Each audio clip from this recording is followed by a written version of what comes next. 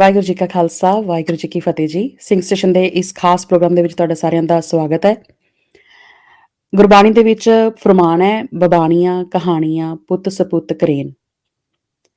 ਸੋ ਇੱਕ ਬੜੀ ਸੋਹਣੀ ਜਿਹੜੀ ਇਹ ਗੁਰਬਾਣੀ ਦੀ ਤੁਕ ਹੈ, ਧੰਨ ਗੁਰੂ ਅਮਰਦਾਸ ਸਾਹਿਬ ਜੀ ਨੇ ਲਿਖੀ ਹੈ।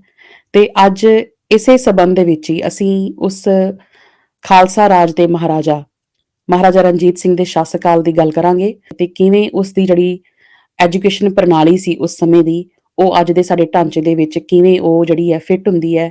ਤੇ ਉਹਦੇ ਬਾਰੇ ਇੱਕ ਜਿਹੜੀ ਨਵੀਂ ਇੱਕ ਦਸਤਾਵੇਜ਼ੀ ਫਿਲਮ ਆ ਰਹੀ ਹੈ, ਕਾਇਦਾ-ਏ-ਨੂਰ।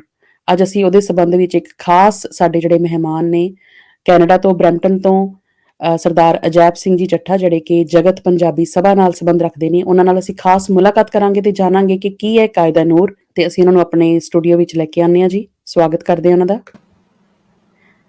ਸਰਦਾਰ ਅਜੈਬ ਸਿੰਘ ਜੀ, ਵਾਹਿਗੁਰੂ ਜੀ ਕਾ ਖਾਲਸਾ, ਵਾਹਿਗੁਰੂ ਜੀ ਕੀ ਫਤਿਹ। ਵਾਹਿਗੁਰੂ ਜੀ ਕਾ ਖਾਲਸਾ ਤੇ ਵਾਹਿਗੁਰੂ ਜੀ ਕੀ ਫਤਿਹ। ਗੁਰਿੰਦਰ ਜੀ, ਆਪ ਜੀ ਨੂੰ ਵੀ ਸਤਿ ਸ਼੍ਰੀ ਅਕਾਲ ਜੀ, ਤੇ ਸਾਰੇ ਦਰਸ਼ਕਾਂ ਨੂੰ ਮੇਰੇ ਵੱਲੋਂ ਪਿਆਰ ਭਰੀ ਸਤਿ ਸ਼੍ਰੀ ਅਕਾਲ। ਸੋ ਬਹੁਤ-ਬਹੁਤ ਸਵਾਗਤ ਹੈ। ਤੁਸੀਂ ਆਪਣੇ ਇੰਨੇ ਬਿਜ਼ੀ ਸਕੇਡਿਊਲ ਦੇ ਵਿੱਚ ਜਿਹੜਾ ਸਮਾਂ ਕੱਢਿਆ ਤੇ ਅੱਜ ਦੀ ਇਸ ਗੱਲਬਾਤ ਦੇ ਵਿੱਚ ਜਿਹੜਾ ਤੁਸੀਂ ਸ਼ਾਮਲ ਹੋਏ ਹੋ। ਇਹਦੇ ਉਲਟ ਹੈਗਾ ਜੀ, ਤੁਸੀਂ ਆਪਣੇ ਬਿਜ਼ੀ ਸਮੇਂ ਵਿੱਚੋਂ ਮੈਨੂੰ ਸਮਾਂ ਦਿੱਤਾ, ਤੁਹਾਡਾ ਧੰਨਵਾਦ। ਜੀ ਬਿਲਕੁਲ ਜੀ। ਚੱਠਾ ਜੀ, ਜਿਸ ਤਰ੍ਹਾਂ ਅਸੀਂ ਗੱਲ ਕਰ ਰਹੇ ਸੀ ਕਿ ਗੁਰਬਾਣੀ ਦੇ ਵਿੱਚ ਵੀ ਬੜਾ ਸੋਹਣਾ ਫਰਮਾਨ ਹੈ, ਬਬਾਣੀਆਂ ਕਹਾਣੀਆਂ ਪੁੱਤ ਸਪੁੱਤ ਕਰੇਨ। ਸੋ ਅਸੀਂ ਆਪਣੇ ਦਾਦੇ ਪੜਦਾਦੇ ਦੀ ਜਿਹੜੀਆਂ ਕਹਾਣੀਆਂ ਸੁਣ ਕੇ ਜਿਹੜੇ ਵੱਡੇ ਹੁੰਦੇ ਆ ਤੇ ਉਹ ਜਿਹੜਾ ਪੁੱਤ ਤੋਂ ਸਪੁੱਤ ਜਿਹੜਾ ਬਣਨ ਦਾ ਸਫ਼ਰ ਹੈ ਉਹ ਤੈਅ ਕਰਦੇ ਨੇ। ਤੇ ਅੱਜ ਅਸੀਂ ਉਸ ਆਪਣੇ ਦਾਦੇ ਪੜਦਾਦੇ ਦੀਆਂ ਗੱਲਾਂ ਕਰਨ ਜਾ ਰਹੇ ਹਾਂ, ਜਿਹੜੇ ਕਿ ਖਾਲਸਾ ਰਾਜ ਦੇ ਮਹਾਰਾਜਾ ਹੋਏ ਨੇ, ਮਹਾਰਾਜਾ ਰਣਜੀਤ ਸਿੰਘ। ਉਹਨਾਂ ਦੀ ਸਿੱਖਿਆ ਪ੍ਰਣਾਲੀ ਦੀਆਂ ਕੀ ਉਸ ਟਾਈਮ ਸਿੱਖਿਆ ਨੀਤੀ ਸੀ, ਤੇ ਜਿਹੜੀ ਖਾਸ ਗੱਲਬਾਤ ਕਰਨੀ ਹੈ ਕਾਇਦਾ-ਏ-ਨੂਰ। ਪਰ ਇਸ ਤੋਂ ਪਹਿਲਾਂ ਸਾਨੂੰ ਥੋੜਾ ਜਿਹਾ ਤੁਸੀਂ ਆਪਣੇ ਬਾਰੇ ਜ਼ਰੂਰ ਦੱਸੋ ਤੇ ਤੁਸੀਂ ਨਾਲ ਹੀ ਸਾਨੂੰ ਜਗਤ ਪੰਜਾਬੀ ਸਭਾ ਬਾਰੇ ਵੀ ਥੋੜਾ ਚਾਨਣਾ ਪਾਓ ਜੀ। ਮੇਰਾ ਨਾਮ ਅਜੈਬ ਸਿੰਘ ਚੱਠਾ ਵਾ ਜੀ। ਨਾ ਤੁਸੀਂ ਦੱਸ ਚੁੱਕੇ ਹੋ, ਬਾਈ ਪ੍ਰੋਫੈਸ਼ਨ ਮੈਂ ਲਾਇਰ ਹੈਗਾ ਤੇ ਤਕਰੀਬਨ 30 ਜਾਂ 31 ਸਾਲ ਤੋਂ ਇੱਥੇ ਬਾਹਰ ਰਹਿ ਰਿਹਾ ਹੈਗਾ ਵਾਂ। ਤੇ ਜਗਤ ਪੰਜਾਬੀ ਸਭਾ ਜਦੋਂ 2008 ਵਿੱਚ ਇੱਕ ਰੌਲਾ ਪਿਆ ਸੀਗਾ ਵੀ ਸ਼ਾਇਦ ਪੰਜਾਬੀ ਭਾਸ਼ਾ 50 ਸਾਲਾਂ ਵਿੱਚ ਖਤਮ ਹੋ ਜਾਵੇ, ਤੇ ਉਸ ਕਰਕੇ ਅਸੀਂ ਕਿਹਾ ਵੀ ਪੰਜਾਬੀ ਭਾਸ਼ਾ ਨੂੰ ਖਤਮ ਅਸੀਂ ਨਹੀਂ ਹੋਣ ਦਿਆਂਗੇ, ਕਿਉਂਕਿ ਸਿੱਖਾਂ ਦੀ ਗੱਲ ਗੁਰੂ ਗ੍ਰੰਥ ਸਾਹਿਬ ਜੀ ਮਹਾਰਾਜ ਜੀ ਸਾਡੇ ਗੁਰਮੁਖੀ ਸਾਡੇ ਨਾਲ ਗੱਲਾਂ ਕਰਦੇ ਹੈਗੇ ਆ। ਭਾਵੇਂ ਇਸ ਕਰਕੇ ਸਾਡੇ ਦੇ ਬਹੁਤ ਥੋੜਾ ਜਿਹਾ ਜ਼ਿਆਦਾ ਹੈਗਾ, ਪਰ ਇਹ ਗੁਰਮੁਖੀ ਜਿਹੜੀ ਹੈਗੀ ਆ ਸਾਡੇ ਇਕੱਲੇ ਸਿੱਖਾਂ ਦੀ ਨਹੀਂ, ਇਹ 'ਚ ਹਿੰਦੂ ਵੀ, ਮੁਸਲਮਾਨ ਵੀ, ਕ੍ਰਿਸਚਨ ਵੀ, ਸਾਰਿਆਂ ਦੀ ਇਹ ਪੰਜਾਬੀ ਭਾਸ਼ਾ ਹੈਗੀ। ਬਹੁਤ ਸੋਹਣੀ ਤੁਸੀਂ ਗੱਲ ਕੀਤੀ ਹੈ। ਤੇ ਅਸੀਂ ਗੱਲ ਕਰਦੇ ਹਾਂ ਜੀ ਕਾਇਦਾ-ਨੂਰ ਬਾਰੇ। ਸੋ ਸਾਨੂੰ ਥੋੜਾ ਜਿਹਾ ਇਹਦੇ ਬਾਰੇ ਵੀ ਚਾਨਣਾ ਪਾਓ ਕਿ ਕਾਇਦਾ-ਨੂਰ ਦਾ ਕੀ ਮਤਲਬ ਹੈ ਤੇ ਇਸ ਦਾ ਕੀ ਮਕਸਦ ਹੈਗਾ। ਅੱਜ ਤੋਂ 3 ਸਾਲ ਪਹਿਲਾਂ ਇੱਕ ਮੁਸਲਮਾਨ ਵੀਰ ਦੀ ਤੇ ਇੱਕ ਭੈਣ ਦੀ ਮੈਂ ਵੱਖ-ਵੱਖ ਦੋ ਉਹਨਾਂ ਦੀਆਂ ਨਿੱਕੀਆਂ ਵੀਡੀਓ ਦੇਖੀਆਂ, 4-5 ਮਿੰਟ ਦੀਆਂ। ਤੇ ਉਹਨਾਂ ਵਿੱਚ ਲਿਖਿਆ ਸੀਗਾ ਵੀ ਮਹਾਰਾਜਾ ਰਣਜੀਤ ਸਿੰਘ ਦੇ ਵੇਲੇ ਸਾਰੀ ਹੀ ਦੁਨੀਆ ਦੇ ਨਾਲੋਂ ਜ਼ਿਆਦਾ ਲੋਕ ਪੜ੍ਹੇ ਲਿਖੇ ਸੀ। ਉਸ ਵੇਲੇ 87% ਲਾਹੌਰ ਦੇ ਲਾਗੇ ਦੇ ਤੇ 78% ਲਾਹੌਰ ਤੋਂ ਬਾਹਰ ਅੜੇ ਪੰਜਾਬੀ ਪੜ੍ਹੇ ਸੀਗੇ। ਤੇ ਉਹਨਾਂ ਕਿਸੇ ਯੂਰਪ ਦੇ ਵਿੱਚ ਕਿਸੇ ਵੀ ਦੇਸ਼ ਵਿੱਚ ਉਹਨੇ ਲੋਕ ਨਹੀਂ ਪੜ੍ਹੇ ਹੋਏ ਸੀਗੇ। ਤੇ ਇਹ ਲੈਵਲ ਮਹਾਰਾਜਾ ਰਣਜੀਤ ਸਿੰਘ ਨੇ ਇੱਕ ਸਿੰਪਲ ਜਿਹਾ ਕਾਇਦਾ ਬਣਾ ਕੇ, ਜਿਹਦਾ ਨਾਂ ਕਾਇਦੇ-ਨੂਰ ਸੀਗਾ, ਉਹਦੇ ਵਿੱਚ ਉਹਨਾਂ ਨੇ ਗੁਰਮੁਖੀ, ਸ਼ਾਹਮੁਖੀ, ਉਰਦੂ ਤੇ ਰਾਹੀਂ ਫਾਰਸੀ ਸਿਖਾਉਣ ਲਈ ਤੇ ਨਾਲ ਥੋੜਾ ਜਿਹਾ ਹਿਸਾਬ ਦੇ ਕਿਤਾਬ ਰੋਜ਼ ਦੇ ਕਰਨ ਦੇ ਲਈ ਉਸ ਕਾਇਦੇ ਵਿੱਚ ਪਾ ਕੇ ਉਹਨਾਂ ਨੇ ਲੰਬੜਦਾਰਾਂ ਦੇ ਰਾਹੀਂ ਲੋਕਾਂ ਤੱਕ ਪੜ੍ਹਾਇਆ ਸੀਗਾ। ਤੇ ਉਹ ਕੁਛ ਹੀ ਸਾਲਾਂ ਦੇ ਵਿੱਚ ਆਹ ਲੈਵਲ ਉਹਨਾਂ ਨੇ ਅਚੀਵ ਕਰ ਲਿਆ ਸੀ, ਜਿਹੜਾ ਅਸੀਂ ਅੱਜ ਵੀ ਅਚੀਵ ਨਹੀਂ ਕਰ ਸਕੇ। ਕਿਆ ਬਾਤ ਹੈ ਜੀ, ਬੜੀ ਅੱਖਾਂ ਖੋਲਣ ਵਾਲੀ ਤੇ ਬੜੀ ਦਿਲ ਨੂੰ ਇਹ ਟੁੰਬਦੀ ਹੈ ਗੱਲ ਕਿ ਵੀ ਮਹਾਰਾਜਾ ਰਣਜੀਤ ਸਿੰਘ ਦੇ ਸਮੇਂ ਵੀ ਸਿੱਖਿਆ ਨੂੰ ਇੰਨੀ ਜਿਹੜੀ ਹੈ ਉਹ ਇੰਪੋਰਟੈਂਸ ਦਿੱਤੀ ਗਈ ਕਿ ਇੱਕ ਕਾਇਦਾ ਤਿਆਰ ਕੀਤਾ ਗਿਆ, ਜਿਹਦੇ ਵਿੱਚ ਕਿ ਵੱਖਰੀਆਂ ਭਾਸ਼ਾਵਾਂ ਜਿਹੜੀਆਂ ਤੁਸੀਂ ਦੱਸੀਆਂ ਨੇ ਉਹ ਸ਼ਾਮਿਲ ਕੀਤੀਆਂ ਗਈਆਂ। ਤੇ ਵਾਕਈ ਸਾਨੂੰ ਅੱਜ ਜਿਹੜਾ ਮੇਰੇ ਖਿਆਲ 'ਚ ਬਹੁਤ ਸਾਰੇ ਬੱਚਿਆਂ ਨੂੰ ਸ਼ਾਇਦ ਇਹ ਵੀ ਨਹੀਂ ਪਤਾ ਕਿ ਸ਼ਾਹਮੁਖੀ ਹੈ ਕੀ ਹੈ। ਕਈ ਬੱਚਿਆਂ ਨੂੰ ਜਾਂ ਸਾਡੇ ਵਰਗਿਆਂ ਨੂੰ ਵੀ ਕਈ ਵਾਰੀ ਨਹੀਂ ਪਤਾ ਹੁੰਦਾ ਕਿ ਬੋਲੀ, ਭਾਸ਼ਾ, ਸਕ੍ਰਿਪਟ, ਇਹਨਾਂ ਸਾਰੀਆਂ ਚੀਜ਼ਾਂ ਦੇ ਵਿੱਚ ਕੀ ਫਰਕ ਹੈਗਾ।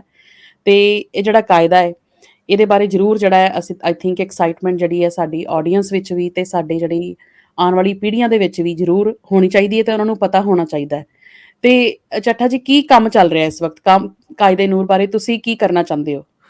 ਉਸ ਵੇਲੇ ਕਾਇਦੇ-ਨੂਰ ਦੇ ਵਿੱਚ ਵੀ ਇਹ ਕੀਤਾ ਸੀਗਾ ਵੀ ਆਪਣੀ ਤੁਸੀਂ ਮਾਤ ਭਾਸ਼ਾ ਪਹਿਲਾਂ ਸਿੱਖੋ ਜੀ, ਮਾਤ ਭਾਸ਼ਾ ਦੇ ਰਾਹੀਂ ਤੁਸੀਂ ਗਿਆਨ ਪ੍ਰਾਪਤ ਕਰੋ ਜੀ। ਅੱਜ ਕੱਲ ਦੇ ਜ਼ਮਾਨੇ ਦੇ ਵਿੱਚ ਅਸੀਂ ਆਪਣੀ ਮਾਤ ਭਾਸ਼ਾ ਨੂੰ ਛੱਡ ਕੇ ਜਿਹੜਾ ਅੰਗਰੇਜ਼ੀ ਦੇ ਵਿੱਚ ਜਾਂ ਹੋਰ ਭਾਸ਼ਾਵਾਂ ਵਿੱਚ ਗਿਆਨ ਲੈਣ ਦੀ ਕੋਸ਼ਿਸ਼ ਕਰ ਰਹੇ ਹਾਂ, ਜਿਹਦੇ ਨਾਲ ਬੱਚਿਆਂ ਦੇ ਉੱਪਰ ਗਿਆਨ ਲੈਣਾ ਵੀ ਔਖਾ ਵੀ ਹੈਗਾ ਵਾ ਤੇ ਮਹਿੰਗਾ ਵੀ ਆ।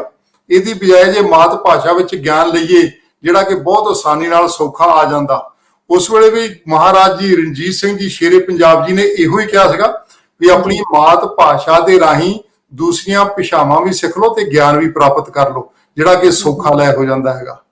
ਇਹ ਇੱਕ ਬਹੁਤ ਵੱਡਾ ਉਹਨਾਂ ਦਾ ਤਰਕੀਬ ਸੀਗੀ, ਇੱਕ ਢੰਗ ਸੀਗਾ, ਤਰੀਕਾ ਸੀਗਾ, ਜਿਹੜਾ ਕਿ ਬਹੁਤ ਹੀ ਸੌਖੇ ਢੰਗ ਨਾਲ ਲੋਕਾਂ ਪੰਜਾਬੀਆਂ ਨੂੰ ਪੜ੍ਹਾ ਗਏ ਸੀਗੇ ਜੀ। ਤੇ ਇਹ ਜਿਹੜਾ ਕਾਇਦਾ ਸੀ, ਇਹ ਸਾਰੇ ਧਰਮਾਂ ਦੇ ਲੋਕੀ ਪੜ੍ਹਦੇ ਹੁੰਦੇ ਸੀ ਉਸ ਸਮੇਂ? ਇਹਨੂੰ ਧਰਮਾਂ ਦੀ ਬਜਾਏ ਤਾਂ ਆਪਾਂ ਹੀ ਵੰਡ ਪਾ ਲਈ ਨਾ ਜੀ। ਜਿਹੜੀ ਸ਼ਾਹਮੁਖੀ ਆ, ਜੋ ਮੈਂ ਪਾਕਿਸਤਾਨ ਜਾਣਾ ਹੈਗਾ ਤੇ ਜਦੋਂ ਮੈਂ ਉਹਨਾਂ ਨੂੰ ਕਹਿੰਦਾ ਤੁਹਾਡਾ ਉਰਦੂ ਆ ਸਾਡੀ ਪੰਜਾਬੀ ਆ, ਤੇ ਉਹ ਮੈਨੂੰ ਕਹਿੰਦੇ ਹੁੰਦੇ ਨਹੀਂ ਇਹ ਭੁਲੇਖਾ ਥੋੜਾ ਜਿਹਾ ਪਹਿਲਾਂ ਆਪਦੇ ਮਨ ਚੋਂ ਕੱਢੋ, ਤੁਸੀਂ ਵੀ ਪੰਜਾਬੀ ਪੜ੍ਹਦੇ ਹੋ ਤੇ ਅਸੀਂ ਵੀ ਪੰਜਾਬੀ ਪੜ੍ਹਦੇ ਆ, ਤੁਹਾਡਾ ਗੁਰਮੁਖੀ ਤੇ ਸ਼ਾਹਮੁਖੀ ਦੋ ਸਕ੍ਰਿਪਟ ਹੈਗੇ ਆ, ਇਹ ਦੋ ਅਲੱਗ ਭਾਸ਼ਾ ਨਹੀਂ ਆ। ਇਹ ਮੈਨੂੰ ਵੀ ਬਹੁਤ ਸਾਲਾਂ ਤੋਂ ਬਾਅਦ ਜਾ ਕੇ ਪਤਾ ਲੱਗਾ। ਮੈਂ ਉਹਨਾਂ ਦੀ ਭਾਸ਼ਾ ਨੂੰ ਕਦੀ ਉਰਦੂ ਕਹਿ ਦੇਣਾ, ਕਦੀ ਸ਼ਾਹਮੁਖੀ ਕਹਿ ਦੇਣਾ, ਤੇ ਮੈਂ ਕਹਿਣਾ ਸਾਡੀ ਪੰਜਾਬੀ ਆ। ਤੇ ਉਹਨਾਂ ਨੇ ਪੰਜਾਬ ਯੂਨੀਵਰਸਿਟੀ ਲਾਹੌਰ ਵਿੱਚ ਜਿਹੜੇ ਹੈਡ ਆਫ ਡਿਪਾਰਟਮੈਂਟ ਸੀ ਡਾਕਟਰ ਨਬੀਲਾ ਰਹਿਮਾਨ, ਉਹਨੇ ਕਹਿਣਾ ਭਾਈ ਆਪਣੇ ਆਪ ਨੂੰ ਪਹਿਲਾਂ ਠੀਕ ਕਰ, ਤੁਸੀਂ ਵੀ ਪੰਜਾਬੀ ਆ ਅਸੀਂ ਵੀ ਪੰਜਾਬੀ ਆ, ਸਿਰਫ ਇੱਕ ਸਕ੍ਰਿਪਟ ਦਾ ਫਰਕ ਹੈਗਾ। ਇਸ ਗੱਲ ਦਾ ਬਹੁਤਿਆਂ ਨੂੰ ਨਹੀਂ ਇਹ ਸਮਝ, ਉਹ ਵੀ ਆਪਣੇ ਆਪ ਨੂੰ ਪੰਜਾਬੀ ਕਹਿੰਦੇ ਆ, ਅਸੀਂ ਆਪਣੇ ਆਪ ਨੂੰ ਪੰਜਾਬੀ ਕਹਿੰਦੇ ਆ। ਗੁਰਮੁਖੀ ਤੇ ਸ਼ਾਹਮੁਖੀ ਇੱਕ ਸਕ੍ਰਿਪਟ ਹੈਗਾ। ਮੈਂ ਦੋ ਵਾਰੀ ਰਿਪੀਟ ਇਸ ਕਰਕੇ ਕਰ ਗਿਆ, ਥੋੜਾ ਜਿਹਾ ਕਲੈਰੀਫਾਈ, ਥੋੜਾ ਜਿਹਾ ਕਲੀਅਰ ਹੋ ਜਾਵੇ ਜੀ। ਨਹੀਂ, ਤੁਸੀਂ ਬਹੁਤ ਵਧੀਆ ਤੁਸੀਂ ਗੱਲ ਕਹੀ ਹੈ। ਦੇਖੋ, ਜੇ ਇਹ ਗੱਲ ਸਾਨੂੰ ਸਾਰਿਆਂ ਨੂੰ ਸਮਝ ਆ ਜਾਏ ਨਾ, ਤੇ ਬਹੁਤ ਸਾਰੇ ਜਿਹੜੇ ਸਾਡੇ 'ਚ ਵਟਾਂਦਰੇ ਪਏ ਹੋਏ ਨੇ, ਮੇਰੇ ਖਿਆਲ 'ਚ ਇਹ ਖਤਮ ਹੋ ਜਾਣਗੇ, ਤੇ ਜਿਹੜਾ ਆਪਸੀ ਪਿਆਰ ਹੈ ਉਹ ਵੀ ਜਿਹੜਾ ਸਾਡਾ ਵਧੇਗਾ। ਜਿਹੜੀਆਂ ਸਾਡੀਆਂ ਰੂਟਸ ਨੇ, ਜਿਹੜੀਆਂ ਸਾਡੀ ਪੰਜਾਬੀਅਤ ਦੇ ਨਾਲ ਜੁੜੀਆਂ ਹੋਈਆਂ ਨੇ, ਉਹ ਸਾਨੂੰ ਬੜੇ ਹੀ ਦੇਸ਼ਾਂ ਨੂੰ ਜਾਂ ਬੜੇ ਹੀ ਵਰਗ ਦੇ ਲੋਕਾਂ ਨੂੰ ਸਾਨੂੰ ਇਕੱਠੇ ਕਰਦੀਆਂ ਨੇ। ਸੋ ਇਹ ਜਿਹੜੀਆਂ ਛੋਟੀ-ਛੋਟੀ ਗੱਲਾਂ ਹੁੰਦੀਆਂ ਨੇ, ਭਾਵੇਂ ਅਸੀਂ ਰਿਪੀਟ ਕਰਦੇ ਪਏ ਹਾਂ, ਪਰ ਇਹ ਬਹੁਤ ਜ਼ਰੂਰੀ ਨੇ ਤੇ ਸਾਡੀ ਜ਼ਿੰਦਗੀ ਦੇ ਵਿੱਚ ਹੋਣੀਆਂ ਵੀ ਚਾਹੀਦੀਆਂ ਨੇ। ਸੋ ਕਾਇਦਾ ਨੂਰ ਬਾਰੇ ਹੀ ਅੱਗੇ ਅਸੀਂ ਗੱਲ ਕਰਦੇ ਹਾਂ। ਤੁਹਾਡੇ ਮਨ ਦੇ ਵਿੱਚ ਹੁਣ ਜਿਵੇਂ ਕਿਵੇਂ ਖਿਆਲ ਆਇਆ ਕਿ ਸਾਨੂੰ ਇਸ ਚੀਜ਼ ਤੇ, ਤੁਸੀਂ ਦੱਸਿਆ ਕਿ ਮੇਰੀ ਕਿਸੇ ਨਾਲ ਮੁਲਾਕਾਤ ਹੋਈ, ਫਿਰ ਅੱਗੇ ਕਾਰਵਾਂ ਚੱਲਿਆ ਕਿਵੇਂ? ਤੁਸੀਂ ਅੱਗੇ ਕਿਸੇ ਨਾਲ ਗੱਲਬਾਤ ਕੀਤੀ ਇਹਦੇ ਬਾਰੇ? ਉਸ ਤੋਂ ਬਾਅਦ ਜਿਹੜੀ ਉਹਨਾਂ ਨੇ ਦੱਸਿਆ ਨਾ ਜੀ, ਸਟੱਡੀ ਕਰਨ ਲੱਗੇ, ਵਿਦਵਾਨਾਂ ਨਾਲ ਗੱਲ ਵੀ ਹੋਈ, ਤੇ ਵਿਦਵਾਨਾਂ ਨੇ ਇਹਨਾਂ ਦੇ ਬਾਰੇ ਬੜੇ ਰੋਚਕ ਕਿੱਸੇ ਸੁਣਾਏ। ਪਹਿਲਾਂ ਤਾਂ ਉਹਨਾਂ ਨੇ ਬੜਾ ਵਧੀਆ ਢੰਗ ਸੁਣਾਇਆ, ਸਿਖਾਲਿਆ ਸਾਨੂੰ ਵੀ ਤੁਸੀਂ, ਉਹਨਾਂ ਨੇ ਮਹਾਰਾਜਾ ਰਣਜੀਤ ਸਿੰਘ ਸ਼ੇਰੇ ਪੰਜਾਬ ਜੀ ਨੇ 5000 ਹੱਥ ਲਿਖਤ ਕਾਇਦਾ ਤਿਆਰ ਕੀਤਾ। ਉਹਨਾਂ ਦਿਨਾਂ ਵਿੱਚ ਪ੍ਰਿੰਟਿੰਗ ਪ੍ਰੈਸ ਨਹੀਂ ਹੁੰਦੀ ਸੀਗੀ। ਉਹ ਤਿਆਰ ਕਰਾਉਣ ਤੋਂ ਬਾਅਦ ਉਹਨਾਂ ਨੇ ਪਿੰਡਾਂ ਦੇ ਲੰਬੜਦਾਰਾਂ ਨੂੰ ਤੇ ਮੁਖੀਆਂ ਨੂੰ ਦਿੱਤਾ। ਦੇਣ ਤੋਂ ਬਾਅਦ ਉਹਨਾਂ ਨੂੰ ਇਹ ਕਿਹਾ ਵੀ ਭਾਈ 3 ਮਹੀਨੇ ਦੇ ਵਿੱਚ ਇਹਨੂੰ ਆਪ ਸਿੱਖੋ, ਤੇ ਉਸ ਤੋਂ ਬਾਅਦ 5 ਕਾਇਦੇ ਪਿੰਡ ਦੇ ਹੋਰਾਂ ਬੰਦਿਆਂ ਨੂੰ ਇਹ ਕਾਇਦੇ ਦਿਓ, ਤੇ ਸਰਕਾਰ ਨੂੰ ਵਾਪਸ ਚਿੱਠੀ ਲਿਖ ਕੇ ਭੇਜੋ ਵੀ ਕਿਹੜੇ ਕਿਹੜੇ ਬੰਦਿਆਂ ਨੂੰ ਤੁਸੀਂ 5 ਕਾਇਦੇ ਦਿੱਤੇ ਆ। ਤੇ ਉਦੋਂ ਗਾਂ ਪੰਜਾਂ ਨੂੰ ਇਹ ਹੁਕਮ ਸੀਗਾ ਵੀ ਤੁਸੀਂ ਵੀ 3 ਮਹੀਨੇ ਵਿੱਚ ਪੜ੍ਹ ਕੇ ਤੇ ਸਾਨੂੰ ਉਹਨਾਂ ਗਾਂ 5 ਬੰਦਿਆਂ ਨੂੰ ਦੇ ਕੇ ਤੇ ਸਾਨੂੰ ਵਾਪਸ ਚਿੱਠੀ ਪਾ ਕੇ ਦੱਸੋ ਵੀ ਕਿਹੜੇ ਕਿਹੜੇ ਬੰਦਿਆਂ ਨੂੰ ਦਿੱਤੇ ਆ। ਤੇ ਇਸ ਢੰਗ ਦੇ ਨਾਲ ਕੁਝ ਹੀ ਸਾਲਾਂ ਦੇ ਵਿੱਚ 87% ਲੋਕ ਚਿੱਠੀ ਪੱਤਰ ਲਿਖਣ ਜੋਗੇ, ਫਾਰਸੀ ਦੇ ਵਿੱਚ ਲਿਖਣ ਜੋਗੇ ਹੋ ਗਏ ਸੀਗੇ। ਤੇ ਇੱਕ ਮੈਂ ਹੋਰ ਐਡ ਕਰ ਦਵਾਂ, ਜਿਹੜਾ ਲੇਡੀਜ਼ ਲਈ ਸੀਗਾ ਉਹਨਾਂ ਲਈ ਕੰਪਲਸਰੀ ਸੀਗਾ। ਤੇ ਇਸ ਕਿਹਾ ਜਾਂਦਾ ਵੀ ਉਸ ਵੇਲੇ 100% ਲੇਡੀ ਜਿਹੜੀਆਂ ਹੋਈਆਂ ਉਸ ਵੇਲੇ ਪੜ੍ਹੀਆਂ ਲਿਖੀਆਂ ਸੀ। ਕਿਆ ਬਾਤ ਹੈ ਜੀ, ਬਹੁਤ ਜ਼ਿਆਦਾ ਵਧੀਆ ਵਡਮੁੱਲੀ ਗੱਲ ਹੈ ਕਿ ਜਿਹੜਾ ਗੁਰੂ ਨਾਨਕ ਦੇਵ ਪਾਤਸ਼ਾਹ ਜੀ ਨੇ ਸਾਨੂੰ ਜਿਹੜਾ ਅਨਮੋਲ ਬਚਨ ਦਿੱਤਾ ਸੀ, ਤੇ ਨਾਲ ਹੀ ਉਹਨਾਂ ਨੇ ਜਿਹੜੀ ਔਰਤ ਨੂੰ ਜਿਹੜਾ ਉਹਦਾ ਸਟੇਟਸ ਉੱਪਰ ਚੁੱਕਣ ਲਈ ਜੋ ਉਹਨਾਂ ਨੇ ਕਾਰਜ ਤੇ ਗੁਰਬਾਣੀ ਵਿੱਚ ਵੀ ਬਹੁਤ ਸਾਰਾ ਲਿਖਿਆ ਹੈ, ਗਿਆਨ ਵੱਡਿਆਂ ਦੇ ਵਿੱਚ, ਤੇ ਉਹ ਮਹਾਰਾਜਾ ਰਣਜੀਤ ਸਿੰਘ ਦੇ ਸ਼ਾਸਕ ਕਾਲ ਵਿੱਚ ਤੁਸੀਂ ਦੱਸ ਰਹੇ ਹੋ ਕਿ ਕਿਵੇਂ ਉਹ ਪੂਰਾ ਸਫਲ ਸੀ। 100% ਔਰਤਾਂ ਨੂੰ ਜਿਹੜੀ ਹੈ ਇਹ ਸਿੱਖਿਆ ਪ੍ਰਣਾਲੀ ਦੇ ਵਿੱਚ ਉਹਨਾਂ ਨੂੰ ਇਹ ਕਾਇਦਾ ਨੂਰ ਜਿਹੜਾ ਮਿਲਿਆ। ਤੇ ਇਹ ਮੈਂ ਜਾਣਨਾ ਚਾਹਾਂਗੀ ਜੀ, ਜਿਹੜਾ ਕਾਇਦਾ ਨੂਰ ਹੈ, ਇਹ ਕਿਤਾਬ ਦਾ ਨਾਮ ਹੀ ਕਾਇਦਾ ਨੂਰ ਸੀ? ਇਸ ਕਿਤਾਬ ਦਾ ਨਾਂ ਹੀ ਉਹਨਾਂ ਨੇ ਕਾਇਦਾ ਨੂਰ ਰੱਖਿਆ ਸੀਗਾ, ਕਿਉਂਕਿ ਉਹਨਾਂ ਦੇ ਜਿਹੜੇ ਮਿਨਿਸਟਰ ਸੀਗੇ ਉਹਦਾ ਨਾਮ ਦਾ ਫਕੀਰ ਨੂਰ ਸੀਗਾ। ਸ਼ਾਇਦ ਉਹਦੇ ਨਾਂ ਤੋਂ ਪਿਆ ਹੋਵੇ, ਤੇ ਸ਼ਾਇਦ ਨੂਰ ਪ੍ਰਕਾਸ਼ ਤੋਂ ਕਹਿੰਦੇ ਹੈਗੇ ਆ, ਗਿਆਨ ਤੋਂ ਕਹਿੰਦੇ ਹੈਗੇ ਆ, ਸ਼ਾਇਦ ਉਹਦਾ ਨਾਂ ਹੋਵੇ। ਪਰ ਮੁੜ ਕੇ ਪ੍ਰੋਬਲਮ ਇਹ ਪਈ ਹੈਗੀ ਆ, ਇਹਦੀ ਅੱਜ ਇੱਕ ਵੀ ਕਾਪੀ ਨਹੀਂ ਮਿਲਦੀ। ਇਹਦੇ ਖਤਮ ਹੋਣ ਬਾਰੇ ਵੀ ਬੜੀਆਂ ਚਰਚਾ। ਕੁਝ ਵਿਦਵਾਨ ਕਹਿੰਦੇ ਵੀ ਜਦੋਂ 1857 ਦਾ ਗਦਰ ਹੋਇਆ ਹੈਗਾ, 1845 ਤੱਕ ਮਹਾਰਾਜਾ ਰਣਜੀਤ ਸਿੰਘ ਨੇ ਖੁਦ ਆਪ ਰਾਜ ਕੀਤਾ, 10 ਸਾਲ ਉਹਨਾਂ ਦੇ ਵਾਰਸਾਂ ਨੇ ਰਾਜ ਕੀਤਾ। 1849 ਦੇ ਵਿੱਚ ਇੱਕ ਤਰ੍ਹਾਂ ਨਾਲ ਅੰਗਰੇਜ਼ਾਂ ਨੇ ਕਬਜ਼ਾ ਕਰ ਲਿਆ ਸੀ ਪੰਜਾਬ ਦੇ ਉੱਪਰ। ਜਦੋਂ 1857 ਦਾ ਗਦਰ ਹੋਇਆ, ਉਸ ਤੋਂ ਬਾਅਦ ਅੰਗਰੇਜ਼ਾਂ ਨੇ ਪੰਜਾਬੀਆਂ ਦੇ ਕੋਲੋਂ ਹਥਿਆਰ ਖੋਹਣ ਲਈ ਤੇ ਕਾਇਦਾ ਨੂਰ ਖੋਹ ਲਿਆ। ਕੁਝ ਕਹਿੰਦੇ ਵੀ ਧੱਕੇ ਨਾਲ ਖੋਹ ਲਿਆ, ਵੀ ਤੁਸੀਂ ਹਥਿਆਰ ਵੀ ਵਾਪਸ ਕਰ ਦਿਓ ਤੇ ਕਾਇਦਾ ਵੀ ਵਾਪਸ ਕਰ ਦਿਓ। ਕਈਆਂ ਲੋਕਾਂ ਦਾ ਵਿਚਾਰਾ ਵੀ ਉਹਨਾਂ ਨੇ ਲਾਲਚ ਦਿੱਤਾ ਵੀ ਜਿਹੜਾ ਇੱਕ ਹਥਿਆਰ ਮੋੜਦਾ ਸੀਗਾ ਤੇ ਉਹਨੂੰ 2 ਆਨੇ ਦਿੰਦੇ ਸੀਗੇ, ਜਿਹੜਾ ਕੈਦੇ ਨੂਰ ਮੋੜਦਾ ਸੀਗਾ ਉਹਨੂੰ 6 ਆਨੇ ਦਿੰਦੇ ਸੀਗੇ। ਇਹਦੇ ਨਾਲ ਇੱਕ ਹੋਰ ਵੀ ਧਾਰਨਾ ਚੱਲਦੀ ਸੀਗੀ ਵੀ ਕਈ ਲਾਲਚੀ ਲੋਕਾਂ ਨੂੰ ਕੈਦਾ ਹੈ ਵੀ ਨਹੀਂ ਸੀਗਾ, ਵੀ ਉਹਨਾਂ ਨੇ ਨਵੇਂ ਲਿਖ ਕੇ ਹੀ ਬਹੁਤ ਜ਼ਿਆਦਾ ਦੁਬਾਰਾ ਪੈਸੇ ਕਮਾਉਣ ਦੇ ਮਾਰਿਆਂ ਨੇ ਵੀ ਦਿੱਤੇ। ਇਹ ਤਾਂ 2-4% ਦੀ ਗੱਲ ਹੀ ਹੋ ਸਕਦੀ ਹੈਗੀ ਆ ਜਿਨ੍ਹਾਂ ਨੇ ਇਹ ਕੰਮ ਕੀਤਾ ਹੋਵੇ। ਪਰ ਮੇਰੇ ਆਪਣੇ ਵਿਚਾਰ ਦੇ ਵਿੱਚ ਹੈਗਾ ਵੀ ਉਸ ਵੇਲੇ ਨਾ ਗੁਰਿੰਦਰ ਜੀ ਜਿਹੜੀ ਫਾਰਸੀ ਆ ਉਹ ਰਾਜ ਭਾਸ਼ਾ ਸੀਗੀ। ਅੰਗਰੇਜ਼ਾਂ ਦੇ ਆਉਣ ਦੇ ਨਾਲ ਅੰਗਰੇਜ਼ੀ ਪੜ੍ਹੀ ਜਾਣੀ ਸੀ, ਕਿਉਂਕਿ ਕੰਮ ਉਹਨਾਂ ਨੇ ਅੰਗਰੇਜ਼ੀ ਵਿੱਚ ਕਰਨਾ ਸੀਗਾ, ਤੇ ਉਹ ਅੰਗਰੇਜ਼ੀ ਉਹਨਾਂ ਨੇ ਪੜ੍ਹਾਉਣੀ ਸ਼ੁਰੂ ਕਰਤੀ, ਤੇ ਹੌਲੀ ਹੌਲੀ ਕਰਕੇ ਗ੍ਰੈਜੂਅਲੀ ਇਹ ਖਤਮ ਹੋਇਆ ਹੋ ਸਕਦਾ। ਪਰ ਸਿਰਫ ਪ੍ਰੋਬਲਮ ਲੋਕਾਂ ਦੀ ਗੱਲਾਂ ਸੱਚੀਆਂ ਇਸ ਕਰਕੇ ਲੱਗਦੀਆਂ ਵੀ ਧੱਕੇ ਨਾਲ ਸਾੜਿਆ ਜਾਂ ਉਹਨਾਂ ਨੇ ਲਾਲਚ ਦੇ ਕੇ ਸਾੜਿਆ, ਕਿਉਂਕਿ ਉਹਦੀ ਇੱਕ ਵੀ ਕਾਪੀ ਨਾ ਤਾਂ ਪਾਕਿਸਤਾਨ 'ਚ ਮਿਲਦੀ ਆ, ਨਾ ਹਿੰਦੁਸਤਾਨ 'ਚ ਮਿਲਦੀ ਆ, ਨਾ ਇੰਗਲੈਂਡ ਵਿੱਚ ਮਿਲਦੀ ਆ। ਸਿਰਫ ਕਿਤਾਬਾਂ ਦੇ ਵਿੱਚ ਉਹਦਾ ਰੈਫਰੈਂਸ ਹੀ ਮਿਲਦਾ ਹੈਗਾ ਵਾ ਵੀ ਜਿਹਦੇ ਮੁਤਾਬਕ ਉਸ ਵੇਲੇ ਕਾਇਦਾ ਨੂਰ ਹੁੰਦਾ ਸੀਗਾ। ਹੁਣ ਕੱਲ ਸਾਡੇ ਇੱਕ ਸੱਜਣ ਨੇ, ਦੋਸਤ ਨੇ ਇੱਕ ਇੰਟਰਵਿਊ ਕੀਤੀ ਆ, ਜਿਨ੍ਹਾਂ ਕੋਲ ਉੱਥੇ ਲਾਹੌਰ ਦੇ ਵਿੱਚ ਇੱਕ ਬਹੁਤ ਵੱਡੀ ਲਾਇਬ੍ਰੇਰੀ ਹੈਗੀ ਆ। ਉਹਨਾਂ ਕੋਲ ਮਹਾਰਾਜਾ ਰਣਜੀਤ ਸਿੰਘ ਦੇ ਸਮੇਂ ਦੀਆਂ ਚਿੱਠੀਆਂ ਵੀ ਪਈਆਂ ਹੈਗੀਆਂ। ਉਹਨਾਂ ਦੇ ਮੁਤਾਬਕ ਹੈਗਾ ਵੀ ਇਸ ਕਾਇਦੇ ਨੂਰ ਦਾ ਵਰਣਨ ਉਹਨਾਂ ਚਿੱਠੀਆਂ ਦੇ ਵਿੱਚ ਵੀ ਆ, ਜਿਹੜੀਆਂ ਉਹਨਾਂ ਕੋਲ ਚਿੱਠੀਆਂ ਹੈਗੀਆਂ। ਸਾਡੇ ਕੋਲ ਸਿਰਫ ਆਹ ਹੀ ਸੋਰਸ ਵਾ, ਜਾਂ ਜਿਹੜਾ ਗੋਰਿਆਂ ਨੇ ਕਿਤਾਬ ਲਿਖੀਆਂ ਉਹਦੇ ਵਿੱਚ, ਤੇ ਜਾਂ ਚਿੱਠੀਆਂ ਦਾ ਕੱਲ ਪਤਾ ਲੱਗਾ ਹੈਗਾ ਵੀ ਕੋਈ ਚਿੱਠੀਆਂ 'ਚ ਵਰਣਨ ਹੈਗਾ। ਇਸ ਤੋਂ ਬਿਨਾਂ ਇਹਦੀ ਕੋਈ ਵੀ ਕਾਪੀ ਕਿਤੇ ਵੀ ਨਹੀਂ ਮਿਲਦੀ। ਬਿਲਕੁਲ, ਮੇਰਾ ਵੈਸੇ ਅਗਲਾ ਸਵਾਲ ਇਹੀ ਮੈਂ ਤੁਹਾਨੂੰ ਪੁੱਛਣਾ ਸੀ ਕਿ ਇਹਦੀ ਕੋਈ ਕਾਪੀ ਹੈ ਕਿ ਨਹੀਂ ਹੈ। ਪਰ ਸਾਡੀ ਕਿੰਨੀ ਤਰਾਸਦੀ ਹੈ ਸਾਡੀ ਸਾਰਿਆਂ ਮਤਲਬ ਇਤਿਹਾਸ ਦੀ, ਕਿ ਦੇਖੋ ਸਾਡਾ ਕਿੰਨਾ ਵਡਮੁੱਲਾ ਇਤਿਹਾਸ ਆ ਜਿਹੜਾ ਕਿ ਇਸ ਤਰ੍ਹਾਂ ਹੀ ਗਵਾਚ ਗਿਆ, ਤੇ ਗਵਾਚਣ ਤੋਂ ਬਾਅਦ ਸਾਨੂੰ ਇਹ ਵੀ ਨਹੀਂ ਪਤਾ ਕਿ ਸਾਡੀ ਕੋਈ ਚੀਜ਼ ਗਵਾਚੀ ਹੋਈ ਹੈ। ਸ਼ਾਇਦ ਹੀ ਕਿਸੇ ਨੂੰ ਪਤਾ ਹੋਏਗਾ ਕਿ ਕਾਇਦਾ ਨੂਰ ਵਰਗੀ ਵੀ ਇੱਕ ਐਡੀ ਵਡਮੁੱਲੀ ਜਿਹੜੀ ਸਿੱਖਿਆ ਪ੍ਰਣਾਲੀ ਦੀ ਜਿਹੜੀ ਚੀਜ਼ ਸੀ ਉਹ ਸਾਡੇ ਤੋਂ ਖੁੱਸ ਚੁੱਕੀ ਹੈ, ਤੇ ਪਤਾ ਨਹੀਂ ਕਿੱਥੇ ਹੈ ਤੇ ਕਿਸ ਤਰ੍ਹਾਂ ਦੀ ਸੀ। ਤੇ ਜਿਸ ਤਰ੍ਹਾਂ ਤੁਸੀਂ ਦੱਸਿਆ ਕਿ ਬਹੁਤ ਸਾਰੇ ਵਿਦਵਾਨਾਂ ਨੇ ਇਹਦੇ ਬਾਰੇ ਮੈਂਸ਼ਨ ਕੀਤਾ ਹੈ, ਕੋਈ ਤੁਸੀਂ ਖਾਸ ਕਿਤਾਬਾਂ ਜਾਂ ਕੋਈ ਰੈਫਰੈਂਸ ਦੱਸ ਸਕਦੇ ਹੋ ਜਿਹਦੇ ਬਾਰੇ ਅਸੀਂ ਖਾਸ, ਜੇ ਕਿਸੇ ਨੇ ਹੋਰ ਪੜ੍ਹਨਾ ਹੋਵੇ ਤੇ ਉਹ ਕਿੱਥੇ ਇਹਦੇ ਬਾਰੇ ਹੋਰ ਜਾਣਕਾਰੀ ਲੈ ਸਕਦੇ ਨੇ? ਇਹਦੇ ਬਾਰੇ ਨਾ ਜੀ ਜਿਹਦੀ ਜਾਣਕਾਰੀ ਲੈਣੀ ਹੋਵੇ ਤਾਂ ਗੂਗਲ 'ਚ ਹੀ ਪਾ ਲਓ। ਅੱਜ ਕੱਲ੍ਹ ਗੂਗਲ ਬਾਬਾ ਹੀ ਸਭ ਤੋਂ ਜ਼ਿਆਦਾ ਮਸ਼ਹੂਰ ਹੈਗਾ ਵਾ ਜੀ, ਬਿਲਕੁਲ। ਉੱਥੇ ਇਨਫੋਰਮੇਸ਼ਨ ਜੋ ਮਿਲਦੀ ਹੈਗੀ ਆ, ਸਭ ਤੋਂ ਪਹਿਲਾਂ ਆਸਟ੍ਰੇਲੀਆ ਦੇਵ ਸਿੱਧੂ ਜੀ ਬਾਰੇ, ਡਾਇਰੈਕਟਰ ਬਾਰੇ ਹੀ ਵਾਕਫੀਤ ਆਉਂਦੀ ਹੈਗੀ ਆ, ਜਿਹੜਾ ਇਹਦੇ ਬਾਰੇ ਮੂਵੀ ਬਣਾਉਣਾ ਚਾਹੁੰਦੇ ਹੈਗੇ ਆ।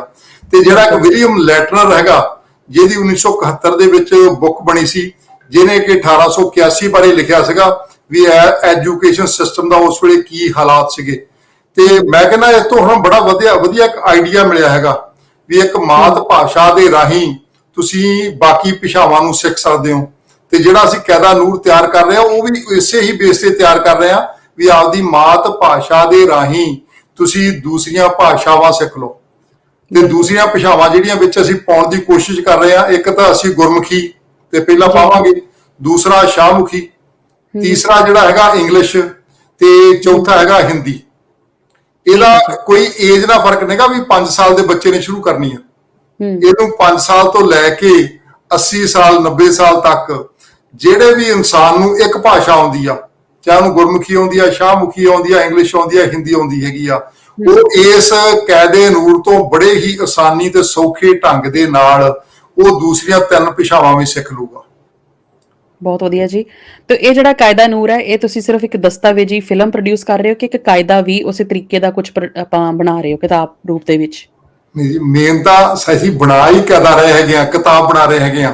ਇਹ ਤਾਂ ਉਹਦੀ ਪ੍ਰਮੋਸ਼ਨ ਦੇ ਲਈ ਫਿਲਮ ਜਿਹੜੀ ਹੈਗੀ ਆ, ਇਹ ਤੁਹਾਡੇ ਆਸਟ੍ਰੇਲੀਆ ਵਾਲੇ ਨੇ ਤੁਸੀਂ ਇੱਕ ਉਦਮ ਕੀਤਾ ਹੈਗਾ ਵਾ, ਤੇ ਇਹਦੀ ਪ੍ਰਮੋਸ਼ਨ ਦੇ ਲਈ ਅਸੀਂ ਇੱਕ ਫਿਲਮ ਬਣਾਈਏ। ਕਿਉਂਕਿ ਇਹਨਾਂ ਦਿਨਾਂ ਦੇ ਵਿੱਚ ਜੇ ਇੱਕ ਮੋਰ ਬਹੁਤ ਸੋਹਣਾ ਵੀ ਨੱਚਦਾ ਹੋਵੇ, ਜੇ ਜੰਗਲ 'ਚ ਹੀ ਨੱਚੀ ਜਾਵੇ ਤੇ ਉਹਦਾ ਕਿਸੇ ਨੂੰ ਪਤਾ ਨਹੀਂ ਲੱਗਣਾ। ਜੇ ਅਸੀਂ ਬਹੁਤ ਵਧੀਆ ਕਾਇਦਾ ਬਣਾ ਵੀ ਲਈਏ, ਜੇ ਲੋਕਾਂ ਤੱਕ ਨਾ ਪਹੁੰਚਾ ਸਕੇ ਤੇ ਉਹਦਾ ਕੋਈ ਫਾਇਦਾ ਨਹੀਂਗਾ। ਇਸ ਡਾਕੂਮੈਂਟਰੀ ਫਿਲਮ ਬਣਾਉਣ ਦਾ ਸਾਡਾ ਪਰਪਸ ਹੀ ਇਹ ਆ ਵੀ ਉਹਨੂੰ ਪ੍ਰਮੋਟ ਕਰਨਾ, ਤਾਂ ਕਿ ਪੰਜਾਬੀਆਂ ਨੂੰ ਦੱਸਣਾ ਵੀ ਇਹ ਕਾਇਦਾ ਹੈਗਾ ਵਾ। ਮੇਨ ਸਾਡਾ ਕਾਇਦਾ ਵਾ, ਨਾ ਕਿ ਫਿਲਮ ਆ। ਫਿਲਮ ਸਿਰਫ ਉਹਦੀ ਪ੍ਰਮੋਸ਼ਨ ਦੇ ਲਈ ਆ। ਜਿਹੜਾ ਮੇਨ ਚੀਜ਼ ਹੈਗੀ ਆ ਉਹ ਸਾਡਾ ਕਾਇਦਾ ਨੂਰ 21ਵੀਂ ਸਦੀ, ਉਹਦਾ ਨਾਂ ਅਸੀਂ ਕਾਇਦਾ ਨੂਰ ਵੀ ਰੱਖ ਲਿਆ, ਉਹਦੇ ਨਾਲ ਅਸੀਂ 21ਵੀਂ ਸਦੀ ਵੀ ਨਾਲ ਪਾ ਲਿਆ, ਕਿਉਂਕਿ ਇਹਦੇ ਵਿੱਚ ਅਸੀਂ ਮੈਟਰ ਜਿਹੜਾ ਹੈਗਾ ਅੱਜ ਦਾ ਵੀ ਪਾਵਾਂਗੇ। ਬਹੁਤ ਵਧੀਆ ਜੀ। ਮੇਰੇ ਖਿਆਲ ਸੋਨੇ ਤੇ ਸੁਹਾਗੇ ਵਾਲੀ ਗੱਲ ਹੈ ਕਿ ਜਿਹੜੀ ਅਸਲੀ ਚੀਜ਼ ਹੈ ਉਹਦੇ ਵੀ ਤਿਆਰ ਹੋ ਰਹੀ ਹੈ, ਤੇ ਨਾਲ ਉਹਦੇ ਲਈ ਪ੍ਰਮੋਸ਼ਨ ਦੇ ਲਈ ਇੱਕ ਦਸਤਾਵੇਜੀ ਫਿਲਮ, ਤਾਂ ਕਿ ਜਿਹੜੀ ਸਾਡੀ ਅੱਜ ਦੀ ਪੀੜ੍ਹੀ ਹੈ ਉਹ ਵੀ ਅਟਰੈਕਟ ਹੋ ਸਕੇ ਤੇ ਲੋਕਾਂ ਨੂੰ ਜਿਹੜੀ ਹੈ ਵਰਲਡ ਵਾਈਡ ਜਿਹੜੀ ਦੀ ਪ੍ਰਮੋਸ਼ਨ ਹੋ ਸਕੇ। ਬਹੁਤ ਜ਼ਰੂਰੀ ਹੈ ਦਸਤਾਵੇਜੀ ਫਿਲਮ। ਤੇ ਮੇਰੇ ਖਿਆਲ ਬਹੁਤ ਸਮੇਂ ਸਿਰ ਜਿਹੜਾ ਦੇਵ ਸਿੱਧੂ ਜੀ ਨੇ ਵੀ ਇਹ ਉਪਰਾਲਾ ਨਾਲ ਹੀ ਸ਼ੁਰੂ ਕੀਤਾ ਹੈ, ਤੇ ਹੋਰ ਵੀ ਜਿੰਨੇ ਵੀ ਸਾਰੇ ਇਨਵੋਲਵ ਨੇ। ਤੇ ਸਾਨੂੰ ਥੋੜਾ ਜਿਹਾ ਟੀਮ ਬਾਰੇ ਜ਼ਰੂਰ ਦੱਸੋ। ਜਿਹੜਾ ਕਾਇਦਾ ਤਿਆਰ ਹੋ ਰਿਹਾ ਕਿਤਾਬ ਰੂਪ ਦੇ ਵਿੱਚ, ਉਹਦੇ ਵਿੱਚ ਹੋਰ ਕੌਣ-ਕੌਣ ਤੁਹਾਡੇ ਨਾਲ ਸਹਿਯੋਗ ਦੇ ਰਿਹਾ?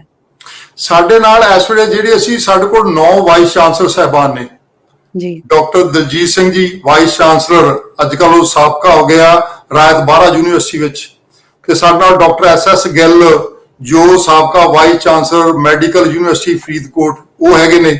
ਸਾਡੇ ਕੋਲ ਲਾਹੌਰ ਯੂਨੀਵਰਸਿਟੀ ਦੇ ਡਾਕਟਰ ਨਿਆਜ਼ ਅਹਿਮਦ ਅਖਤਰ ਸਾਹਿਬ ਹੈਗੇ ਨੇ। ਇਸ ਤੋਂ ਬਿਨਾਂ ਇੰਡੀਆ ਦੇ ਵਿੱਚੋਂ ਬੇਅੰਤ ਕੌਰ ਸ਼ਾਹੀ ਜੀ ਸਾਡੇ ਨਾਲ, ਸਾਡੇ ਕੋਲ ਮੀਤਾ ਖੰਨਾ ਜੀ, ਤੇ ਸਾਡੇ ਕੋਲ ਆਸਟ੍ਰੇਲੀਆ ਤੋਂ ਬਿੱਲਾ ਔਲਖ, ਤੇ ਇੱਕ ਨਾਲ ਪ੍ਰੀਤ ਖਿੰਡਾ, ਤੇ ਇਦਾਂ ਹੀ ਅਮਰੀਕਾ ਤੋਂ ਸਾਡੇ ਕੋਲ ਡਾਕਟਰ ਰਮਨੀ ਬਤਰਾ ਜੀ ਸਾਡੇ ਪ੍ਰਧਾਨ ਨੇ, ਜੋ ਪਾਪਾ ਦੇ ਜਗਤ ਪੰਜਾਬੀ ਸਭਾ ਤੇ। ਇਹਦਾ ਮੈਂ ਜਿਹੜੇ ਨਾਂ ਲੈ ਗਿਆ ਉਹ ਸ਼ਾਇਦ ਪੂਰੇ ਨਾ ਖੁਸ਼ ਹੋਣ, ਤੇ ਜਿਨ੍ਹਾਂ ਦੇ ਨਾਂ ਰਹਿ ਗਏ ਕਿਤੇ ਉਹ ਨਾ ਮੇਰੇ ਨਾਲ ਨਾਰਾਜ਼ ਹੋਣ। ਇਸ ਤੋਂ ਬਿਨਾਂ ਵੱਡੀ ਟੀਮ ਗਿਣ ਲਓ, ਸਾਡੇ ਕੋਲ ਸਰਦੂਲ ਸਿੰਘ ਥਿਆੜਾ ਜੀ, ਸੰਤੋਖ ਸਿੰਘ ਜੀ ਸੰਧੂ ਸਾਹਿਬ, ਜੋ ਅਸੀਂ ਸਾਰੇ ਹੀ ਤਿੰਨੋਂ ਹੀ ਅਸੀਂ ਆਸਟ੍ਰੇਲੀਆ ਵੀ ਜਾ ਕੇ ਆਏ ਸੀਗੇ, ਉਦੋਂ ਦੀਆਂ ਸਾਰੀਆਂ ਵਿਚਾਰਾਂ ਇਕੱਠੀਆਂ ਕਰਕੇ ਹੀ ਇਸ ਕਾਇਦੇ ਨੂੰ ਅਸੀਂ ਤਿਆਰ ਕਰਨ ਦੀ ਕੋਸ਼ਿਸ਼ ਕਰ ਰਹੇ ਹੈਗੇ। ਟੀਮ ਵੱਡੀ ਆ। ਜੇ ਮੈਂ ਇਕੱਲਾ ਕੰਮ ਕਰਦਾ ਤੇ ਮੇਰੇ ਕੋਲ ਸਿਰਫ 24 ਘੰਟੇ ਸੀ। 24 ਘੰਟਿਆਂ ਦੇ ਵਿੱਚੋਂ ਅੱਜ ਕੱਲ੍ਹ ਜੇ ਨੀਂਦ ਘੱਟ ਵੀ ਹੁੰਦੀ ਹੈ ਤਾਂ ਵੀ 6 ਘੰਟੇ ਵੀ ਨੀਂਦ ਆ ਜਾਂਦੀ ਆ, ਤੇ ਰੋਟੀ ਪਾਣੀ ਖਾਣ ਦਾ ਕੰਮ, ਜਿਹੜੇ ਹੋਰ ਕੋਈ ਕੰਮ ਕਰਦੇ, ਤੇ ਮੇਰੇ ਕੋਲ ਇਦੋਂ ਜ਼ਿਆਦਾ ਟਾਈਮ ਨਹੀਂ ਸੀਗਾ। ਤੇ ਹੁਣ ਜੇ ਮੈਂ ਗਿਣਤੀ ਕਰਨਾ ਹੋਵੇ, ਮੈਂ ਤੁਹਾਨੂੰ ਗਿਣਤੀ ਨਹੀਂ ਦੱਸਿਆ, ਅੰਦਾਜ਼ੇ ਨਾਲ ਮੈਂ ਲਾਉਣਾ ਹੋਵੇ ਤੇ 30 ਕੁ ਬੰਦੇ ਸਾਡੇ ਕੋਲ ਜ਼ਰੂਰ ਹੈਗੇ ਆ। ਜੇ 30 ਬੰਦੇ ਵੀ ਅੱਧਾ ਘੰਟਾ ਕੰਮ ਰੋਜ਼ ਕਰਨ, ਤੇ ਸਾਡੇ ਕੋਲ 15 ਘੰਟੇ ਐਵਰੀਡੇ ਸਾਡੀ ਟੀਮ ਕਰ ਰਹੀ ਹੈਗੀ ਆ। ਤੇ ਸਾਡੇ ਬੰਦੇ ਕਮਿਟਡ ਹੈਗੇ ਆ, ਜਿਹੜੇ ਕਹਿੰਦੇ ਵੀ ਅੱਧਾ ਘੰਟਾ ਅਸੀਂ ਹਰ ਰੋਜ਼ ਇਸੇ ਕੰਮ ਨੂੰ ਅਸੀਂ ਦਿਆਂਗੇ। ਇਸ ਕਰਕੇ ਇਹ ਹੌਲੀ ਹੌਲੀ, ਪਹਿਲਾਂ ਲੰਬੇ ਚਿਰ ਤੋਂ ਇਹ ਕਹਿੰਦੇ ਵੀ ਇੱਕ ਚਾਈਨਾ ਦੇ ਵਿੱਚ ਦਰਖਤ ਸੀਗਾ, ਉਹ ਦਰਖਤ ਹੁੰਦਾ ਜੋ ਬੀਜਦੇ ਆ ਨਾ ਜੀ, ਪਹਿਲੇ 6 ਸਾਲ ਦੇ ਵਿੱਚ ਉਹ ਸਿਰਫ 6 ਫੁੱਟ ਹੀ ਉੱਚਾ ਹੁੰਦਾ, ਹਰੇਕ 1 ਸਾਲ ਦਾ 1 ਫੁੱਟ ਹੀ ਉੱਚਾ ਹੁੰਦਾ, ਤੇ ਅਗਲੇ 1 ਸਾਲ ਦੇ ਵਿੱਚ ਹੀ ਉਹ 50 ਫੁੱਟ ਉੱਚਾ ਹੋ ਜਾਂਦਾ। ਇਸ ਕਰਕੇ ਸ਼ੁਰੂ ਅਸੀਂ ਜ਼ਰੂਰ ਕੀਤੀ ਸੀ, ਹੌਲੀ ਹੌਲੀ ਚੱਲੇ ਸੀਗੇ। ਤੇ ਹੁਣ ਜਿਹੜੇ ਹਿਸਾਬ ਨਾਲ ਇਹਦਾ ਪਸਾਰ ਹੋ ਰਿਹਾ, ਜਦੋਂ ਇਹ ਤੇ ਬਹੁਤ ਸਾਰੇ ਲੋਕ ਕਵਿਤਾ ਲਿਖ ਰਹੇ ਹੈਗੇ ਆ, ਇਹ ਤੇ ਗੀਤ ਲਿਖ ਰਹੇ ਹੈਗੇ ਆ, ਭਾਸ਼ਣ ਮੁਕਾਬਲੇ ਹੋ ਰਹੇ ਹੈਗੇ ਆ, ਤੇ ਸਾਡਾ ਅੱਗੇ 9 ਨੂੰ ਸੰਪੋਜ਼ੀਅਮ ਵੀ ਹੋ ਰਿਹਾ। ਸੰਪੋਜ਼ੀਅਮ ਦਾ ਵੈਬੀਨਾਰ, ਜਿਹੜਾ ਸੈਮੀਨਾਰ ਤੇ ਕਾਨਫਰੰਸ ਦੇ ਨਾਲ ਇੱਕ ਮਤਾ ਦੇਤਾ ਸੀ, ਸਾਡਾ ਵਿਸ਼ਾ ਕਲੀਅਰ ਆ, ਅਸੀਂ ਕਾਇਦਾ ਨੂਰ ਦੇਤਾ।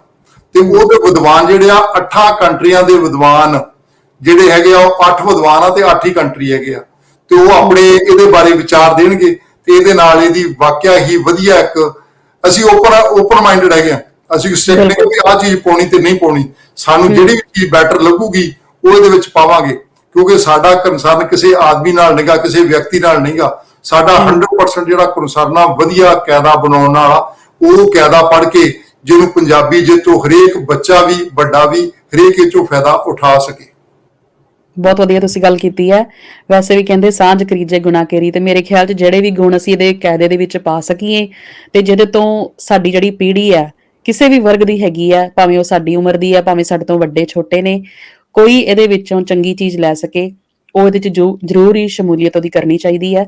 ਤੇ ਜਿਸ ਤਰ੍ਹਾਂ ਤੁਸੀਂ ਦੱਸਿਆ ਕਿ ਬਹੁਤ ਹੀ ਵੱਡੀ ਇੱਕ ਟੀਮ ਕਰ ਰਹੀ ਹੈ, ਇੰਨੀ ਕੰਟਰੀਜ਼ ਦੇ ਵਿੱਚ ਤੁਸੀਂ ਸੰਬੰਧ ਵੀ ਬਣਾਏ ਨੇ, ਤੇ ਇਹਦਾ ਮਤਲਬ ਕਿ ਬੜੇ ਲੰਬੇ ਸਮੇਂ ਤੋਂ ਇਹ ਜਿਹੜਾ ਕਾਰਵਾਂ ਚੱਲ ਰਿਹਾ ਜੀ। ਮੈਂ ਸਿਰਫ 3 ਸਾਲ ਦੀ ਗੱਲ ਕਰ ਰਿਹਾ ਜੀ। ਅਸੀਂ ਦੇਖੋ ਜੀ 2009 ਤੋਂ ਵਰਲਡ ਪੰਜਾਬੀ ਕਾਨਫਰੰਸ ਕਰਾ ਰਹੇ ਹਾਂ ਹਰੇਕ 2 ਸਾਲ ਬਾਅਦ। ਇਸ ਤੋਂ ਪਹਿਲਾਂ ਨੈਤਿਕਤਾ ਦੀ ਗੱਲ ਚੱਲੀ ਸੀ, ਅਖਲਾਕ ਦੀ ਗੱਲ ਚੱਲੀ ਸੀਗੀ, ਉਹ ਅਸੀਂ ਕੁਛ ਨਾ ਕੁਛ ਪੋਰਸ਼ਨ ਇਹਦੇ ਵਿੱਚ ਵੀ ਅਖਲਾਕ ਦਾ, ਨੈਤਿਕਤਾ ਦਾ ਪਾਵਾਂਗੇ। ਅੱਜ ਤੋਂ ਪਹਿਲਾਂ ਨੈਤਿਕਤਾ ਕਦੇ ਸਕੂਲਾਂ 'ਚ ਪੜ੍ਹਾਈ ਨਹੀਂ ਗਈ ਸੀਗੀ, ਉਦੋਂ ਲੋੜ ਨਹੀਂ ਸੀ। ਉਦੋਂ ਸਾਂਝੇ ਪਰਿਵਾਰਾਂ ਵਿੱਚ ਲੋਕ ਨੈਤਿਕਤਾ ਦੇ ਗੁਣ ਸਿੱਖ ਲੈਂਦੇ ਸੀਗੇ। ਸਮਾਜ ਦਾ ਬੰਦਾ, ਕੋਈ ਵੀ ਪਿੰਡ 'ਚੋਂ, ਜੇ ਕੁੜੀ ਹੋਵੇ ਜਾਂ ਮੁੰਡਾ ਹੋਵੇ, ਜੇ ਕੋਈ ਗਲਤ ਕੰਮ ਕਰਦੇ ਤਾਂ ਉਹਦੇ ਮੂੰਹ ਤੇ ਚਪੇੜ ਮਾਰ ਸਕਦੇ ਸੀਗੇ। ਅੱਜ ਕੱਲ੍ਹ ਸਮਾਜ ਨੇ, ਪਿੰਡ ਦੇ ਬੰਦੇ ਨੇ ਕੀ ਕਹਿਣਾ, ਬਾਪ ਵੀ ਆਪਣੇ ਬੱਚਿਆਂ ਨੂੰ ਕੁਛ ਨਹੀਂ ਕਹਿਣ ਜੋਗਾ। ਤੇ ਉਦੋਂ ਅਧਿਆਪਕਾਂ ਦੇ ਕੋਲ ਵੀ ਸਮਾਂ ਸਿਲੇਬਸ ਤੋਂ ਵੱਧ ਹੁੰਦਾ ਸੀਗਾ, ਉਹ ਵੀ ਸਾਨੂੰ ਸਕੂਲਾਂ ਵਿੱਚ ਕਲਾਸਾਂ ਵਿੱਚ ਨੈਤਿਕਤਾ ਦੇ ਬਾਰੇ ਦੱਸਦੇ ਰਹੇ ਹੈਗੇ ਆ। ਹੁਣ ਉਹ ਸਿਲੇਬਸ ਹੀ ਇੰਨਾ ਜ਼ਿਆਦਾ ਹੋਇਆ, ਬੱਚਿਆਂ ਦੇ ਕੋਲ ਵੀ ਸਮਾਂ ਨਹੀਂਗਾ। ਪਰ ਉਹ ਅਸੀਂ ਹਿੰਮਤ ਕਰਕੇ ਪਹਿਲਾਂ ਨੈਤਿਕਤਾ ਦੀ ਕਿਤਾਬ ਅਸੀਂ ਸਬਜੈਕਟ ਤਿਆਰ ਕਰਵਾਇਆ, ਮੁੜ ਕੇ ਪੰਜਾਬ ਗੌਰਮੈਂਟ ਨੇ ਸਕੂਲਾਂ ਵਿੱਚ ਲਾਤਾ, ਜੇ ਜੋ ਲੱਖਾਂ ਬੱਚੇ ਹਰੇਕ ਸਾਲ ਉਹਨੂੰ ਪੜ੍ਹਨਗੇ। ਈਵਨ ਕਿ ਪਿਛਲੇ ਦਿਨਾਂ ਦੇ ਵਿੱਚ ਪੰਜਾਬ ਯੂਨੀਵਰਸਿਟੀ ਲਾਹੌਰ ਡਾਕਟਰ ਨਿਆਜ਼ ਸਾਹਿਬ ਅਖਤਰ ਸਾਹਿਬ ਦੱਸਿਆ ਸੀਗਾ, ਉਹਨਾਂ ਨੇ ਵੀ ਉਹਨੂੰ ਅਪਰੂਵ ਕਰਤਾ ਸਾਡੀ ਕਿਤਾਬ ਨੂੰ, ਉਸੇ ਪੰਜਾਬ ਯੂਨੀਵਰਸਿਟੀ ਲਾਹੌਰ 'ਚ ਹੀ ਪੜ੍ਹਾਈ ਜਾਊਗੀ। ਨੈਤਿਕਤਾ ਦੇ ਗੁਣ ਅਸੀਂ ਕੁਛ ਨਾ ਕੁਛ ਇਹਦੇ ਵਿੱਚ ਹੀ ਸਿਲੇਬਸ 'ਚ ਅਸੀਂ ਪਾਵਾਂਗੇ। ਅਸੀਂ ਬੜੇ ਕੋਈ ਸ਼ੈਤਾਨ ਬੱਚੇ ਨਹੀਂ ਬਣਾਉਣੇ, ਕੋਈ ਪੈਸੇ ਕਮਾਉਣੀਆਂ ਮਸ਼ੀਨਾਂ ਨਹੀਂ ਬਣਾਉਣੀਆਂ। ਅਸੀਂ ਚਾਹੁੰਦੇ ਹਾਂ ਬੰਦੇ ਇਨਸਾਨ ਵਧੀਆ ਵਿਅਕਤੀ, ਵਧੀਆ ਇਨਸਾਨ ਬਣਨ, ਜਿਹੜੇ ਮਾਂ-ਬਾਪ ਦੀ ਇੱਜ਼ਤ ਕਰਨ, ਸਮਾਜ ਦੀ ਵੀ ਇੱਜ਼ਤ ਕਰਨ। ਅਸੀਂ ਉਹ ਡੈਫੀਨੇਸ਼ਨ ਲਾ ਕੇ, ਕੈਟਾਗਰੀ ਦਾ ਲਿਖ ਕੇ 31 ਵਿਦਵਾਨਾਂ ਦੇ ਸੰਸਾਰ ਦੇ ਲੋਕਾਂ ਕੋਲੋਂ ਲੇਖ ਲੈ ਕੇ ਉਹਦੇ ਵਿੱਚ ਪਾਇਆ ਹੈਗਾ, ਤੇ ਉਹ ਤੁਹਾਡੇ ਕੋਲ ਕੰਟੇਨਰ 'ਚ ਕਿਤਾਬਾਂ ਤੁਰ ਚੁੱਕੀਆਂ ਇੰਡੀਆ ਤੋਂ। ਮੈਂ ਹੋਇਆ ਤੁਹਾਨੂੰ 10-15 ਦਿਨਾਂ ਤੱਕ ਬਿੱਲਾ ਔਲਖ ਜੀ ਦੇ ਕੋਲੋਂ ਕਿਤਾਬਾਂ ਤੁਹਾਨੂੰ ਮਿਲ ਜਾਣਗੀਆਂ। ਕਿਆ ਬਾਤ ਹੈ ਜੀ, ਬਹੁਤ ਸੋਹਣੀ ਜਿਹੜੀ ਸੋਚ ਹੈ। ਤੇ ਮੈਂ ਨਾਲ ਹੀ ਇਹ ਜਾਣਨਾ ਚਾਹਾਂਗੀ ਕਿ ਠੀਕ ਹੈ ਕਿ ਜਿਹੜੇ ਪੰਜਾਬ ਤੋਂ ਨੇ ਜਾਂ ਜਿਹੜੇ ਪੰਜਾਬ ਨਾਲ ਪੰਜਾਬ ਦੇ ਨਾਲ ਪਿਆਰ ਕਰਦੇ ਨੇ, ਉਹਨਾਂ ਨੂੰ ਤੇ ਬਹੁਤ ਐਕਸਾਈਟਮੈਂਟ ਹੋਏਗੀ, ਪਰ ਤੁਸੀਂ ਜਿਵੇਂ ਬਾਹਰਲੇ ਦੇਸ਼ਾਂ ਦੇ ਵਿੱਚ ਜਿਹੜੀ ਅੱਜ ਦੀ ਪੀੜ੍ਹੀ ਹੈ, ਉਹਨਾਂ ਵਿੱਚ ਕਿਹੋ ਜਿਹਾ ਹੁੰਗਾਰਾ ਦੇਖ ਰਹੇ ਹੋ ਕਿ ਉਹ ਇਸ ਚੀਜ਼ ਨੂੰ ਲੈ ਕੇ ਵੈਲਕਮ ਕਰਨਗੇ? ਉਹਨਾਂ ਨੂੰ ਇਹਦੇ ਚ ਕੋਈ ਲੱਗਦਾ ਹੈ ਕਿ ਵੈਲਿਊ ਹੋਏਗੀ? ਜਿਹੜਾ ਹੈਗਾ ਜੀ, ਇਸੇ ਕਰਕੇ ਹੀ ਅਸੀਂ 4 ਲੈਂਗੁਏਜ ਪਾਈਆਂ, ਅਦਰਵਾਈਜ਼ ਤਾਂ ਸਾਨੂੰ ਕ੍ਰਿਟਿਸਿਜ਼ਮ ਕੋਈ ਕਰ ਹੀ ਸਕਦਾ ਹੈਗਾ ਵੀ ਗੱਲ ਤੁਸੀਂ ਪੰਜਾਬੀ ਆ ਤੇ ਤੁਸੀਂ ਇੰਗਲਿਸ਼ ਦੀ ਕਿਉਂ ਕਰ ਰਹੇ ਹੋ। ਜਿਹੜੇ ਅਸੀਂ ਪੰਜਾਬੀ ਹੈਗੇ ਆ, ਹੁਣ ਹਿੰਦੀ ਸਪੀਕਿੰਗ ਪੰਜਾਬੀ ਵੀ ਹੈਗੇ ਆ, ਜਿਹੜੇ ਪੰਜਾਬ ਤੋਂ ਬਾਹਰ ਰਹਿ ਰਹੇ ਹੈਗੇ ਆ ਪੰਜਾਬੀ ਜਿਹੜੇ ਹੈਗੇ ਆ, ਪਰ ਉਹ ਹਿੰਦੀ ਸਕੂਲ ਦੇ ਹੈਗੇ ਆ, ਉਹ ਹਿੰਦੀ ਦੇ ਨਾਲ ਇਹਨੂੰ ਸਿੱਖ ਲੈਣਗੇ। ਤੇ ਜਿਹੜੇ ਅਸੀਂ ਬਾਹਰਲੇ ਕੰਟਰੀਆਂ 'ਚ ਸਾਡੇ ਬੱਚੇ ਜਿਹੜੇ ਹੈਗੇ ਆ, ਸਾਡੇ ਪੋਤੇ ਹੈਗੇ ਆ, ਉਹ ਇੰਗਲਿਸ਼ ਦੇ ਰਾਹੀਂ ਇਹਨੂੰ ਸਿੱਖ ਲੈਣਗੇ। ਸ਼ਾਹਮੁਖੀ ਵਾਲੇ ਆਪਣੇ ਸ਼ਾਹਮੁਖੀ ਦੇ ਰਾਹੀਂ ਸਿੱਖ ਲੈਣਗੇ। ਇੱਕ ਵਧੀਆ ਗੱਲਾਂ, ਵਧੀਆ ਅਸੂਲ, 4 ਲੈਂਗੁਏਜ ਸਿੱਖ ਲੈਣੀਆਂ, ਇਹ ਬਹੁਤ ਵੱਡੀ ਗੱਲ ਹੈਗੀ ਆ। ਅੱਜ ਅਸੀਂ ਉਹ ਗੱਲ ਕਰ ਰਹੇ ਸੀਗੇ, ਅਸੀਂ ਕਾਇਦੇ ਨੂਰ ਦੇ ਜਦੋਂ ਤਿਆਰ ਹੋ ਜਵੇ, ਉਦੋਂ ਬਾਅਦ ਵਿੱਚ ਅਸੀਂ ਇਮਤਿਹਾਨ ਲਈਏ ਤੇ ਬੱਚਿਆਂ ਨੂੰ ਅਵਾਰਡ ਦਈਏ ਜਿਹੜਾ ਸੀਗਾ। ਤੇ ਮੇਰਾ ਉਹ ਦਿਮਾਗ ਉਲਟ ਸੀਗਾ, ਤੇ ਮੈਂ ਉਹਨਾਂ ਨੂੰ ਕਿਹਾ ਵੀ ਬੱਚਿਆਂ ਦੇ ਇਮਤਿਹਾਨ ਨਹੀਂ ਲੈਣੇ, ਅਸੀਂ ਉਹਨਾਂ ਨੂੰ ਅਵਾਰਡ ਨਹੀਂ ਦੇਣੇ, ਅਸੀਂ ਤਾਂ ਟੀਚਰਸ ਨੂੰ ਪੜ੍ਹਾਵਾਂਗੇ ਤੇ ਟੀਚਰਸ ਨੂੰ ਅਵਾਰਡ ਦੇਵਾਂਗੇ ਜਿਹੜਾ ਟੀਚਰ ਪੜੂਗਾ। ਅਸੀਂ ਕਿਉਂਕਿ ਜੇ ਇੱਕ ਟੀਚਰ ਨੂੰ ਅਸੀਂ ਪੜ੍ਹਾ ਜਾਂਦੇ ਹਾਂ ਨਾ ਜੀ ਗੁਰਿੰਦਰ ਜੀ, ਅਸੀਂ ਜਿੰਨਾ ਚਿਰ ਉਹ ਰਿਟਾਇਰ ਨਹੀਂ ਹੁੰਦਾ ਜਾਂ ਨਹੀਂ ਹੁੰਦੀ, ਉਹਨੇ ਸਾਲ ਹੀ ਲਗਾਤਾਰ ਉਹ ਬੱਚਿਆਂ ਨੂੰ ਪੜਾਉਣਗੇ। ਜੇ ਅਸੀਂ ਬੱਚੇ ਨੂੰ ਪੜਾਉਣੇ ਆ ਤੇ ਇਕੱਲਾ ਬੱਚਾ ਹੀ ਪੜੂਗਾ, ਜੋ ਟੀਚਰ ਨੂੰ ਪੜਾਉਣੇ ਆ ਤੇ ਕਿੰਨੇ ਮਲਟੀਪਲਾਈ ਹੁੰਦੇ ਹੈਗੇ ਆ, ਕਿੰਨੇ ਬੱਚਿਆਂ ਨੂੰ ਕਿੰਨੀ ਉਮਰ ਉਹ ਪੜਾਉਣਗੇ। ਅਸੀਂ ਕੋਸ਼ਿਸ਼ ਕਰਾਂਗੇ। ਮੈਂ ਬੱਚਿਆਂ ਵਾਲੀ ਗੱਲ ਅੱਜ ਹੀ ਗੱਲ ਹਜੇ ਮੈਂ ਤੁਹਾਡਾ ਹੀ ਹੁਣੇ ਗੱਲ ਕਰ ਰਿਹਾ, ਕਿਉਂਕਿ 1 ਘੰਟੇ ਦੀ ਗੱਲ ਹੀ ਆ ਕਿ ਅਸੀਂ ਬੱਚਿਆਂ ਦੇ ਐਗਜ਼ਾਮ ਲੈਣੇ ਹੈਗੇ ਆ। ਹਜੇ ਮੈਂ ਆਪਣੀ ਟੀਮ ਨਾਲ ਗੱਲ ਵੀ ਨਹੀਂ ਕੀਤੀ, ਹਜੇ ਉਹਨਾਂ ਨੂੰ ਕਿਹਾ ਤੁਹਾਡੇ ਰਾਹੀਂ ਪਤਾ ਲੱਗ। ਅਸੀਂ ਕੋਸ਼ਿਸ਼ ਜ਼ਰੂਰ ਕਰਾਂਗੇ ਬੱਚਿਆਂ ਦੇ ਐਗਜ਼ਾਮ ਤੋਂ ਚਾਹੇ ਵੱਖਰੇ ਲੈ ਲਈਏ, ਪਰ ਮੇਰਾ ਜ਼ੋਰ ਇਹ ਹੋਊਗਾ ਵੀ ਅਸੀਂ ਟੀਚਰਸ ਨੂੰ ਸਿਖਾਈਏ ਤੇ ਉਹਨਾਂ ਕੋਲ ਦਈਏ। ਜਿੱਦਾਂ ਇੱਕ ਸਧਾਰਨ ਗੱਲ ਕਰਨੀ ਹੋਵੇ, ਇੱਕ ਬਹੁਤ ਸਿੰਪਲ ਗੱਲਾਂ ਹੈਗੀਆਂ। ਅਸੀਂ ਕਹਿੰਦੇ ਨੇ ਜੀ ਇਹਨੂੰ ਜੀ 35 ਨਹੀਂ ਆਉਂਦੇ, 35 ਅੱਖਰ ਪੰਜਾਬੀ ਦੇ ਨਹੀਂ ਆਉਂਦੇ, ਬਹੁਤਿਆਂ ਨੂੰ ਬਹੁਤ ਉਹਨਾਂ ਨੂੰ ਨਹੀਂ ਆਉਂਦੇ। ਤੇ ਜੇ ਉਹ ਕਾਇਦਾ ਨੂਰ ਪੜ੍ਹ ਕੇ ਵੱਧ ਤੋਂ ਮੇਰਾ ਨਹੀਂ ਖਿਆਲ ਵੀ ਇਹਨੂੰ 2 ਮਹੀਨੇ ਤੋਂ ਵੱਧ ਟਾਈਮ ਲੱਗੂਗਾ। 2 ਮਹੀਨੇ ਵਿੱਚ ਹਰੇਕ ਬੰਦਾ ਹਰੇਕ 10-15 ਮਿੰਟ ਲਾਵੇ, ਅੱਧਾ ਘੰਟਾ ਲਾਵੇ, ਉਹ ਪੜ੍ਹ ਸਕਦਾ ਹੈਗਾ ਤੇ ਜੋ ਨਿੱਕੀਆਂ ਨਿੱਕੀਆਂ ਨਮੋਸ਼ੀਆਂ ਤੋਂ ਬਚ ਸਕਦਾ। ਜਿਵੇਂ ਸਿਰਸਾ ਸਾਹਿਬ ਨੇ ਦਿੱਲੀ ਦੇ ਵਿੱਚ ਅੱਖਰ ਪੰਜਾਬੀ ਦੇ ਨਹੀਂ ਲਿਖ ਸਕੇ, ਪਰ ਇਹਦੇ ਨਾਲ ਦੇਖੋ ਜੀ ਉਹ ਚ ਗੁਣ ਕਿੰਨੇ ਉਸ ਇਨਸਾਨ ਦੇ ਵਿੱਚ, ਕਿੰਨੇ ਵਧੀਆ ਉਹਨਾਂ ਨੇ ਕੰਮ। ਇੱਕ ਵਧੀਆ ਇਨਸਾਨ ਆ, ਇੱਕ ਵਧੀਆ ਬੁਲਾਰੇ ਆ, ਤੇ ਕਿੰਨਾ ਉਹਨਾਂ ਕਿਸਾਨਾਂ ਦੇ ਮੋਰਚੇ ਵਿੱਚ ਬਾਕੀਆਂ 'ਚ ਮਦਦ ਕਰਦੇ ਹੈਗੇ ਆ। ਤੇ ਅਸੀਂ ਉਹਨਾਂ ਨੂੰ ਬੇਨਤੀ ਕਰਾਂਗੇ ਵੀ ਜੇ ਅਸੀਂ ਆ ਬੇਸਿਕ ਜਾਣਕਾਰੀ ਲੈ ਲਈਏ, ਇਹਦਾ ਨੁਕਸਾਨ ਕੋਈ ਨਹੀਂ, ਸਾਨੂੰ ਇਹਦਾ ਹਰ ਹਾਲਤ ਫਾਇਦਾ ਹੀ ਫਾਇਦਾ ਹੈਗਾ ਵਾ। ਇਸ ਕਰਕੇ ਹਰੇਕ ਹੀ ਇਨਸਾਨ ਜਿਹੜਾ ਵੀ ਕਾਇਦੇ ਨੂਰ ਪੜੂਗਾ ਤੇ ਉਹਨੂੰ ਇਹ ਫਾਇਦਾ ਹੋਊਗਾ। ਇੱਕ ਵਧੀਆ ਇਨਸਾਨ ਵੀ, ਮੇਰਾ ਕਹਿਣ ਦਾ ਮਤਲਬ ਸੀਗਾ ਵੀ ਇੱਕ ਨਿੱਕੀ ਜਿਹੀ ਗੱਲ ਪਿੱਛੇ ਅਸੀਂ ਉਹਨੂੰ ਕੰਡੈਮ, ਅਸੀਂ ਬਾਕੀ ਕੰਡੈਮ ਤਾਂ ਕਰ ਸਕਦੇ ਹਾਂ, ਕਿਸੇ ਨੁਕਤਾਚੀਨੀ ਵੀ ਕਰ ਸਕਦੇ ਹਾਂ, ਅਸੀਂ ਉਹਦੇ ਗੁਣ ਨਹੀਂ ਦੇਖਦੇ। ਇਸੇ ਤਰੀਕੇ ਨਾਲ ਹੀ ਇੱਕ ਜੇ ਬੜਾ ਵਧੀਆ ਇਨਸਾਨ ਆ, ਜਿਹਨੂੰ 10 ਗੁਰੂਆਂ ਦੇ ਨਾਂ ਨਹੀਂ ਆਉਂਦੇ, 5 ਪਿਆਰਿਆਂ ਦੇ ਨਾਂ ਨਹੀਂ ਆਉਂਦੇ, ਇਹ ਸਾਨੂੰ ਬੇਸਿਕ ਜਾਣਕਾਰੀ ਵੀ ਦੇਣੀ ਚਾਹੀਦੀ ਹੈਗੀ ਆ। ਅਸੀਂ ਕੋਸ਼ਿਸ਼ ਕਰਾਂਗੇ ਮੈਕਸਿਮਮ ਅਸੀਂ ਜਿਹੜੇ ਬੇਸਿਕ ਧਰਮ ਦੀ ਜਾਣਕਾਰੀ ਹੈਗੀ ਆ, ਉਹ ਵੀ ਬੇਸਿਕ ਹਿੰਦੂ ਧਰਮ ਦੀ ਜਾਣਕਾਰੀ, ਬੇਸਿਕ ਸਿੱਖ ਧਰਮ ਦੀ, ਕ੍ਰਿਸਚੀਅਨ ਦੀ, ਇਹ ਮੁਸਲਿਮ ਦੀ, ਉਹ ਵੀ ਥੋੜੀ ਥੋੜੀ ਹੋਵੇ, ਜਿਹ ਚ ਵੱਡੇ ਬੰਦੇ ਨੂੰ ਨਿੱਕੀ ਗੱਲ ਕਰਕੇ ਨਮੋਸ਼ੀ ਦਾ ਸਾਹਮਣਾ ਨਾ ਕਰਨਾ ਪਵੇ। ਮੇਰਾ ਸਿਰਫ ਇੰਨਾ ਕੰਸਰਨ ਸੀਗਾ। ਬਾਕੀ ਜਿਹੜੇ ਮਹਾਨ ਬੰਦੇ ਉਹ ਤੋਂ ਵੱਡੇ ਹੁੰਦੇ ਹੈਗੇ ਆ, ਪਰ ਉਹਨੂੰ ਬੇਸਿਕ ਜਾਂ ਜੇ ਆਉਂਦਾ ਹੋਵੇ ਤਾਂ ਉਹਦਾ ਨੁਕਸਾਨ ਕੋਈ ਨਹੀਂਗਾ ਜੀ। ਮੇਰੇ ਖਿਆਲ 'ਚ ਬਹੁਤ ਵਧੀਆ ਉਪਰਾਲਾ ਹੈ ਕਿ ਜਿਹੜਾ ਤੁਸੀਂ ਇੰਨਾ ਡੂੰਘਾਈ ਦੇ ਵਿੱਚ ਇਸ ਚੀਜ਼ ਨੂੰ ਸੋਚ ਰਹੇ ਹੋ। ਤੇ ਮੇਰੇ ਖਿਆਲ 'ਚ ਜਿਸ ਤਰ੍ਹਾਂ ਤੁਸੀਂ ਦੱਸਿਆ ਕਿ ਬੱਚਿਆਂ ਨੂੰ ਇਹਦੇ ਨਾਲ ਜੋੜਨ ਦੇ ਲਈ ਜਿਹੜੇ ਫਿਊਚਰ ਦੇ ਵਿੱਚ ਤੁਸੀਂ ਪਲੈਨਿੰਗ ਵੀ ਕਰ ਰਹੇ ਹੋ ਕਿ ਐਗਜ਼ਾਮਸ ਲਏ ਜਾਣਗੇ, ਉਹਨਾਂ ਦੇ ਕੰਪੀਟੀਸ਼ਨਸ ਹੋਣਗੇ। ਤੇ ਜਿਵੇਂ ਕੈਨੇਡਾ ਦੇ ਵਿੱਚ ਮੈਨੂੰ ਪਤਾ ਕਿ ਬਹੁਤ ਸਾਰੇ ਪੰਜਾਬੀ, ਜਿਵੇਂ ਪੰਜਾਬੀਆਂ ਨੇ ਆਪ ਸਕੂਲ ਵੀ ਖੋਲ੍ਹੇ ਹੋਏ ਨੇ, ਖਾਲਸਾ ਸਕੂਲ ਦੇ ਨਾਮ ਤੇ ਪ੍ਰਾਇਮਰੀ ਸਕੂਲਸ ਨੇ ਉੱਥੇ, ਤੇ ਹੋਰ ਵੀ ਬਹੁਤ ਸਾਰੀਆਂ ਆਰਗੇਨਾਈਜੇਸ਼ਨਸ ਨੇ। ਤੇ ਤੁਹਾਡਾ ਉਹਨਾਂ ਨਾਲ ਵੀ ਗੱਲਬਾਤ ਚੱਲ ਰਹੀ ਹੈ ਕਿ ਇਸ ਨੂੰ ਕਿਵੇਂ ਫਿਊਚਰ ਦੇ ਵਿੱਚ ਸ਼ਾਇਦ ਇੱਥੇ ਲਗਾਇਆ ਜਾਏਗਾ as a part of syllabus, ਜਾਂ ਇੱਕ ਸਪੈਸ਼ਲਿਸਟ ਐਜੂਕੇਸ਼ਨ ਕਹਿ ਸਕਦੇ ਇਹਨੂੰ, ਕਿ ਉਹਦੇ ਲਈ ਲਗਾਇਆ ਜਾਵੇ ਇਹਨੂੰ। ਸਾਡੀ ਟੀਮ ਨਾਲ ਜੀ ਅਸੀਂ ਅਗਲੇ ਵੀਕ 17 ਤਰੀਕ ਨੂੰ ਖਾਲਸਾ ਕਾਲਜ ਸਰੀ ਦੇ ਵਿੱਚ, ਮਲਕ ਸਾਹਿਬ ਦਾ ਉਹਨਾਂ ਦਾ ਖਾਲਸਾ ਸਕੂਲ ਹੈਗਾ ਵਾ, ਉਹਦੇ ਵਿੱਚ ਸੈਮੀਨਾਰ ਇਸੇ ਕਾਇਦਾ ਨੂਰ ਤੇ ਹੀ ਲਾ ਰਹੇ ਆ। ਪਿਛਲੇ ਜਿੰਨੇ ਵੀ ਹੁਣ 3-4 ਮਹੀਨੇ ਤੋਂ ਲਗਾਤਾਰ, ਇਸ ਤੋਂ ਬਿਨਾਂ ਅਸੀਂ ਗੱਲ ਵੀ ਨਹੀਂ ਕਰਦੇ ਕਿਸੇ ਨਾਲ। ਹੁਣ ਅਸੀਂ ਲੱਗੇ ਇੱਕ ਪਾਸੇ ਅੱਖਾਂ ਮੀਟ ਕੇ ਲੱਗੇ ਹੋਏ ਆ ਵੀ ਇੱਕ ਇਸ ਜਿਹੜਾ ਸਾਡਾ ਉਪਰਾਲਾ ਹੈਗਾ ਇਹਨੂੰ ਸਿਰੇ ਚਾੜ ਲਈਏ। ਸਾਡਾ ਸਾਰੇ ਸਕੂਲਾਂ ਵਾਲਿਆਂ ਦੇ ਨਾਲ, ਖਾਸ ਕਰਕੇ ਸਾਡਾ ਨਾ ਜੀ ਬੱਚਿਆਂ ਦੇ ਪੇਰੈਂਟਸ, ਖਾਸ ਕਰਕੇ ਬਾਬਿਆਂ ਨਾਲ, ਉਹਨਾਂ ਨਾਲ ਜ਼ਿਆਦਾ ਗੱਲ ਹੈਗੀ ਆ। ਉਹ ਚਾਹੁੰਦੇ ਹੈਗੇ ਆ ਵੀ ਉਹਨਾਂ ਦੇ ਕੱਲੀ ਭਾਸ਼ਾ ਨਹੀਂ ਸਿੱਖਣੀ, ਅਸੀਂ ਪੰਜਾਬੀ ਕੱਲੀ ਭਾਸ਼ਾ ਨਹੀਂ ਸਿਖਾਉਣ ਦੀ ਗੱਲ ਕਰ ਰਹੇ, ਅਸੀਂ ਪੰਜਾਬੀ ਕਲਚਰ ਵੀ ਸਿਖਾਉਣ ਦੀ ਗੱਲ ਕਰ ਰਹੇ ਹੈਗੇ ਆ। ਵੀ ਅਸੀਂ ਮਾਂ-ਬਾਪ ਦੀ ਇੱਜ਼ਤ ਕਰਨੀ ਹੈਗੀ ਆ, ਸਾਡੇ 올ਡ ਏਜ ਹੋਮ ਜਿਹੜੇ ਹੈਗੇ ਆ ਉਹ ਕਿਸ ਤਰ੍ਹਾਂ ਖਤਮ ਹੋ ਜਾਣ।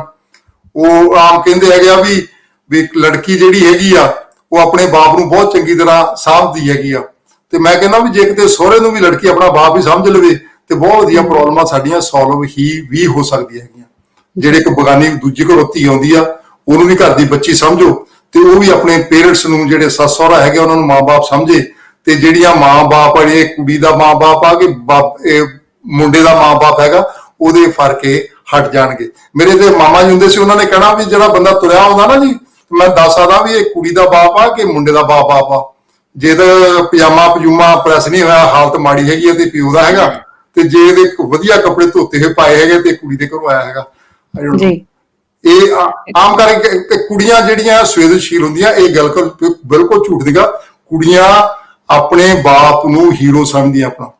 ਜੋ ਮੈਂ ਇੰਡੀਆ ਵਿੱਚ ਚਲ ਜਾਵਾਂ, ਮੈਂ 2-3 ਮਹੀਨੇ ਵੀ ਇੰਡੀਆ ਰਵਾਂ, ਤੇ ਕਦੇ ਨਹੀਂ ਹੋਣਾ ਜਦੋਂ ਮੇਰੀ ਬੇਟੀ ਨੇ ਮੈਨੂੰ ਫੋਨ ਨਾ ਕੀਤਾ ਹੋਵੇ। ਉਹ ਮੈਨੂੰ ਹਰ ਰੋਜ਼ ਹੀ ਫੋਨ ਕਰਦੀ ਆ। ਮੇਰਾ ਬੇਟੀ ਵੀ ਲਾਇਰ ਹੈਗੀ, ਮੇਰਾ ਬੇਟਾ ਵੀ ਲਾਇਰ ਹੈਗਾ, ਤੇ ਮੇਰੇ ਘਰ ਬੇਟੇ ਨੇ ਮੈਨੂੰ 2 ਜਾਂ 3 ਵਾਰੀ ਫੋਨ ਕੀਤਾ ਹੋਣਾ, ਉਹ ਵੀ ਕਿਸੇ ਕੰਮ ਨੂੰ ਹੀ ਕੀਤਾ ਹੋਣਾ, ਉਦਾਂ ਤੋਂ ਫੋਨ ਨਹੀਂ ਕਰਦਾ। ਬੱਚੀਆਂ ਦਾ ਜਿਹੜਾ ਹੁੰਦਾ, ਲੇਡੀਜ਼ ਦਾ ਹੁੰਦਾ। ਇਸੇ ਕਰਕੇ ਅਸੀਂ ਆਪਦੀ ਟੀਮ ਵਿੱਚ ਨਾ ਲੇਡੀਜ਼ ਜ਼ਿਆਦਾ ਪਾਈਆਂ ਹੋਈਆਂ ਗੁਰਿੰਦਰ ਜੀ। ਜਦੋਂ ਬੰਦਾ ਸਾਡਾ ਕਹਿ ਦੇਣਾ ਜੀ ਤਾਂ ਕਈ ਵਾਰ ਬਹਾਨੇ ਮਾਰ ਜੇ ਟਰਕਾ ਜਾਂਦੇ ਹੈਗੇ, ਫਿਕਰ ਨਾ ਕਰੋ ਫੱਟੇ ਚੱਕ ਦਾਂਗੇ, ਕਰਦੇ ਕੁਛ ਨਹੀਂਗੇ। ਤੇ ਲੇਡੀਜ਼ ਨੂੰ ਕੰਮ ਦੇ ਦਿਓ ਤੇ ਆਪਸ ਨੂੰ ਭੁੱਲ ਜਾਂਦਾ ਹੈਗਾ, ਉਹਨੂੰ ਕੰਮ ਦੱਸਿਆ ਸੀਗਾ, ਉਹ ਕਰਕੇ ਫੜਾਉਂਦੀ ਆ ਵੀ ਆ ਤੁਹਾਡਾ ਕੰਮ ਪਿਆ ਹੈਗਾ, ਚੱਕੋ ਸਭ ਕੁਝ। ਬਿਲਕੁਲ ਇਹਦੇ ਮੈਨੂੰ ਬਹੁਤ ਜ਼ਿਆਦਾ ਇਹ ਖੁਸ਼ੀ ਦੀ ਗੱਲ ਵੀ ਹੈ ਕਿ ਮੈਂ ਕੋਈ ਬੰਦਿਆਂ ਦੇ ਅਗੇਂਸਟ ਨਹੀਂ ਬੋਲ ਰਿਹਾ, ਮੈਂ ਸੱਚੀ ਸੱਚ ਕਰਕੇ, ਕਿਉਂਕਿ ਇੰਨੇ ਸਾਲਾਂ ਤੋਂ ਮੈਨੂੰ ਕੰਮ ਕਰਦੇ ਐਕਸਪੀਰੀਅੰਸ ਹੋਇਆ ਹੈਗਾ। ਲੇਡੀਜ਼ ਨੂੰ ਕੰਮ ਦੇ ਕੇ ਮੈਨੂੰ ਬਹੁਤ ਜ਼ਿਆਦਾ ਸੌਖਾ ਲੱਗਦਾ ਹੁੰਦਾ। ਇਹ ਬਹੁਤ ਜ਼ਿਆਦਾ ਕੰਮ ਕਰ ਜਾਂਦੀਆਂ ਹੈਗੀਆਂ। ਜੀ ਤੁਹਾਡੀਆਂ ਗੱਲਾਂ ਸੁਣ ਕੇ ਨਾ ਮੈਨੂੰ ਵੀ ਮੇਰਾ ਚਾਅ ਵੀ ਜਿਹੜਾ ਦੁੱਗਣਾ ਹੋ ਗਿਆ ਕਿ ਜਲਦੀ ਇਹ ਕਾਇਦੇ ਬਾਰੇ ਹੋਰ ਵੀ ਜ਼ਿਆਦਾ ਜਾਣਕਾਰੀ ਪ੍ਰਾਪਤ ਕੀਤੀ ਜਾਵੇ, ਤੇ ਕਦੋਂ ਇਹ ਹੱਥ ਚਾਵੇ ਤਿਆਰ ਹੋਵੇ ਤੇ ਅਸੀਂ ਵੀ ਇਹਨੂੰ ਹੋਰਾਂ ਤੱਕ ਵੀ ਪਹੁੰਚਾ ਸਕੀਏ। ਤੇ ਜਦੋਂ ਕਹਿੰਦੇ ਮਨ 'ਚ ਚਾਹ ਹੋਵੇ ਤੇ ਮੰਜ਼ਿਲ ਮਿਲ ਹੀ ਜਾਂਦੀ ਹੈ। ਤੇ ਬੜਾ ਹੀ ਸੋਹਣਾ ਉਪਰਾਲਾ ਤੁਸੀਂ ਸਾਰੇ ਮਿਲ ਕੇ ਕਰ ਰਹੇ ਹੋ, ਤੇ ਕਿ ਸਾਡੀ ਇਤਿਹਾਸ ਦੀ ਦੇਣ ਹੈ, ਤੇ ਜਿਹੜੀ ਸਾਡੀ ਸਿੱਖਿਆ ਪ੍ਰਣਾਲੀ ਦਾ ਮੁੱਖ ਅੰਗ ਵੀ ਰਹੀ ਹੈ, ਤੇ ਫਿਊਚਰ ਵਿੱਚ ਵੀ ਮੈਨੂੰ ਡੈਫੀਨੇਟਲੀ ਮੈਨੂੰ ਲੱਗ ਰਿਹਾ ਕਿ ਇਹ ਸਾਡੀ ਇੱਕ ਬਹੁਤ ਹੀ ਦੇਣ ਜਿਹੜੀ ਇਹਦੀ ਹੋਏਗੀ, ਸਾਡੀ ਪੀੜ੍ਹੀਆਂ ਨੂੰ ਹੋਏਗੀ, ਤੇ ਇਹਦਾ ਬਹੁਤ ਹੀ ਸਾਨੂੰ ਇੰਤਜ਼ਾਰ ਰਹੇਗਾ। ਤੇ ਸਾਨੂੰ ਥੋੜਾ ਜਿਹਾ ਦੱਸੋ ਕਿ ਹੁਣ ਇਸ ਵਕਤ ਤੁਸੀਂ ਕਿਸ ਸਟੇਜ ਤੇ ਹੈਗੇ ਹੋ, ਤੇ ਨਾਲ ਹੀ ਥੋੜੇ ਜਿਹੇ ਆਪਣੇ ਚੈਲੰਜਸ ਵੀ ਜ਼ਰੂਰ ਡਿਸਕਸ ਕਰੋ ਕਿ ਤੁਹਾਨੂੰ ਕੀ ਮੁਸ਼ਕਲਾਂ ਆ ਰਹੀਆਂ ਜਾਂ ਆਈਆਂ ਸੀ ਪਹਿਲਾਂ ਇਸ ਸਫ਼ਰ ਦੇ ਵਿੱਚ। ਕਿਸ ਸਫ਼ਰ ਤੇ ਦੇਖੋ ਜੀ, ਸਾਡਾ ਕਾਇਦਾ ਜਿਹੜਾ ਹੈਗਾ ਵਾ, ਕਾਇਦੇ ਨੂਰ ਬਾਰੇ ਮੈਟਰ ਅਸੀਂ ਪਹਿਲਾਂ ਤਿਆਰ ਕਰ ਚੁੱਕੇ ਹੈਗੇ ਆ। ਉਹ 'ਚ ਐਡ ਕਰਨਾ ਸਭ ਤੋਂ ਵੱਡਾ ਚੈਲੰਜ ਇਹ ਹੈ ਨਾ, ਸਾਨੂੰ ਕੋਈ ਵੀ ਪ੍ਰਿੰਟਰ ਜਿਹੜਾ ਹੈਗਾ, ਪਬਲਿਸ਼ਰ ਇਹੋ ਜਿਹਾ ਨਹੀਂ ਮਿਲਦਾ ਜਿਹਨੂੰ 4 ਭਾਸ਼ਾਵਾਂ ਆਉਂਦੀਆਂ ਹੋਣ। ਉਹਨੂੰ ਸ਼ਾਹਮੁਖੀ ਵੀ ਆਉਂਦੀ ਹੋਵੇ, ਉਹਨੂੰ ਗੁਰਮੁਖੀ ਵੀ ਆਉਂਦੀ ਹੋਵੇ, ਇੰਗਲਿਸ਼ ਤੇ ਹਿੰਦੀ। ਇਹਨਾਂ ਵਿੱਚੋਂ 2 ਦੀ ਬਹੁਤ ਜ਼ਿਆਦਾ ਵੱਡੀ ਪ੍ਰੋਬਲਮ ਪੈਂਦੀ ਹੈਗੀ ਆ। ਪਾਕਿਸਤਾਨ ਚੋਂ ਕਰਾਉਂਦੇ ਆ ਤਾਂ ਉਹਨਾਂ ਨੂੰ ਗੁਰਮੁਖੀ ਨਹੀਂ ਆਉਂਦੀ, ਤੇ ਜਦੋਂ ਇੰਡੀਆ ਦੀ ਗੱਲ ਕਰਦੇ ਆ ਤੇ ਉਹਨਾਂ ਨੂੰ ਸ਼ਾਹਮੁਖੀ ਨਹੀਂ ਆਉਂਦੀ। ਇਹ ਸਭ ਤੋਂ ਵੱਡਾ ਚੈਲੰਜ ਸਾਡਾ ਇਹ ਹੈਗਾ। ਤੇ ਕੁਝ ਬੰਦੇ ਐਡੀ ਵੱਡੀ ਗੱਲ ਚੈਲੰਜ ਨਹੀਂ ਕਹਿ ਸਕਦੇ ਤੁਸੀਂ। ਜਿਹੜਾ ਚੈਲੰਜ ਹੁੰਦਾ ਨਾ, ਇਹੋ ਹੀ ਤੁਹਾਨੂੰ ਚੇਂਜ ਕਰਦਾ। ਜੇ ਤੁਸੀਂ ਸੌਖਾ ਹੀ ਕੰਮ ਕਰੀ ਜਾਓ ਜਿਹੜਾ ਚੱਲੀ ਜਾਂਦਾ ਹੈਗਾ, ਤੇ ਤੁਹਾਡੇ 'ਚ ਚੇਂਜ ਨਹੀਂ ਆਉਂਦੀ। ਮੈਨੂੰ ਅੱਜ ਯਾਦ ਆ ਜਦੋਂ ਅਸੀਂ ਨੈਤਿਕਤਾ ਤੇ ਗੱਲ ਸ਼ੁਰੂ ਕਰਨੀ ਕੀਤੀ ਸੀਗੀ, ਤੇ ਜਿੰਨੀ ਸਾਡੀ ਲੋਕਾਂ ਨੇ ਆਮ ਕਰਕੇ ਪੜ੍ਹੇ ਲਿਖੇ ਨੇ ਸਾਡੀ ਬੇਇੱਜ਼ਤੀ ਕੀਤੀ ਸੀਗੀ, ਉਹ ਮੈਨੂੰ ਕਦੇ ਭੁੱਲੀ ਨਹੀਂ।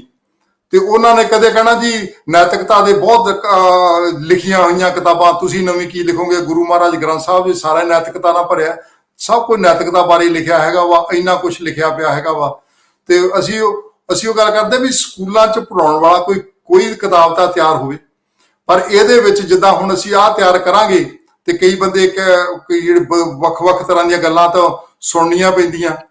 ਜਦੋਂ ਤੁਸੀਂ ਕੋਈ ਵੀ ਨਵਾਂ ਕੰਮ ਕਰਦੇ ਹੋ, ਇਹ ਨਹੀਂ ਕਦੀ ਉਹਦਾ ਤੁਹਾਡੀ ਵਿਰੋਧਤਾ ਨਾ ਹੋਵੇ। ਬਿਲਕੁਲ ਜਿਹੜੀਆਂ ਤੁਹਾਡੀ ਆਪੋਜੀਟ ਹਵਾਵਾਂ ਉੱਡਦੀਆਂ ਨਾ, ਉਹ ਤੁਹਾਨੂੰ ਉੱਚਾ ਉਡਾਉਣ ਨਹੀਂ ਉੱਡਦੀਆਂ, ਤੁਹਾਨੂੰ ਉਹ ਚੈਲੰਜ ਵੀ ਦੇ ਜਾਂਦੀਆਂ ਹੈਗੀਆਂ ਵਾ। ਤੁਸੀਂ ਕੁਛ ਨਹੀਂ ਕਰ, ਜੋ ਤੁਹਾਨੂੰ ਬੰਦਾ ਚੈਲੰਜ ਕਰਦਾ ਤੁਸੀਂ ਕੁਛ ਨਹੀਂ ਕਹਿਦੇ, ਤੇ ਉਹਨੂੰ ਮੈਂ ਇੱਕ ਮਾਸਟਰ ਦੇ ਦਬਕੇ ਵਾਂਗੂ ਮੰਨਦਾ ਹੁੰਦਾ। ਮਾਸਟਰ ਦਬਕਾ ਮਾਰਦਾ, ਤੂੰ ਪਾਸ ਨਹੀਂ ਹੋ ਸਕਦਾ, ਜਾਂ ਤੈਨੂੰ ਦੱਸਦਾ ਮੇਰਾ ਨਾਂ ਵਟਾ ਦੀ ਤੂੰ। ਜਦੋਂ ਪਾਸ ਹੋ ਜਾਂਦਾ, ਉਹ ਕਹਿੰਦਾ ਮੈਂ ਤੈਨੂੰ ਗੁੱਸਾ ਦਿਵਾਉਣ ਨੂੰ ਹੀ ਕਹਿੰਦਾ ਕਿਹਾ ਸੀਗਾ, ਤਾਂ ਕਿ ਤੂੰ ਪਾਸ ਹੋ ਜਾਵੇ। ਇਸ ਕਰਕੇ ਇਹ ਜਿਹੜੇ ਚੈਲੰਜ ਹੈਗੇ ਆ, ਸਾਡੇ ਨਾਲ ਸੁਹਿਰਦ ਬੰਦੇ ਬਹੁਤ ਜੁੜੇ ਆ।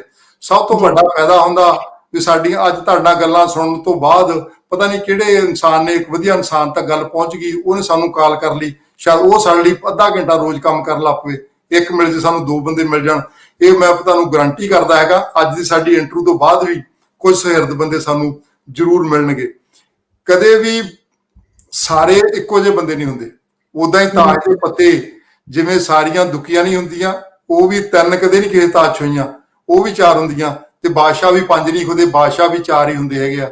ਇਸ ਕਰਕੇ ਹਰੇਕ, ਇਹਦਾ ਮਤਲਬ ਇਹ ਨਹੀਂ ਕਰਦਾ ਹੁੰਦਾ ਮੈਂ ਆਪਣੇ ਆਪ ਨੂੰ ਬਾਦਸ਼ਾਹ ਕਹਿਣਾ, ਪਤਾ ਨਹੀਂ ਮੈਂ ਕਿੱਥੇ ਉਹ ਦੁੱਕੀ ਤਿੱਕੀ ਚੌਕੀ 25 ਮੈਂ ਕਿੱਥੇ ਆਉਣਾ ਹੈਗਾ। ਮੈਂ ਗੱਲ ਪਾਵਰ ਦੀ ਕਰ ਰਿਹਾ ਹੈਗਾ ਵਾਂ, ਤਾਸ਼ ਮੈਂ ਖੇਡਦਾ ਹੈਗਾ ਪਰ ਮੈਂ ਪਾਵਰ ਦੀ ਗੱਲ ਕਰ ਰਿਹਾ ਹੈਗਾ। ਇਸ ਕਰਕੇ ਹਰੇਕ ਤਰ੍ਹਾਂ ਦਾ ਬੰਦਾ, ਕ੍ਰਿਟਿਸਿਜ਼ਮ ਕਰਨ ਵਾਲਾ, ਸ਼ਾਬਾਸ਼ ਦੇਣ ਵਾਲਾ, ਹਰੇਕ ਤਰ੍ਹਾਂ ਦਾ ਬੰਦੇ ਮਿਲ ਜਾਂਦੇ। ਅੱਜ ਆਪ ਜੀ ਮਿਲ ਗਏ ਤੇ ਸਾਨੂੰ ਇਨਕਰੇਜ ਕਰਦੇ ਹੋ।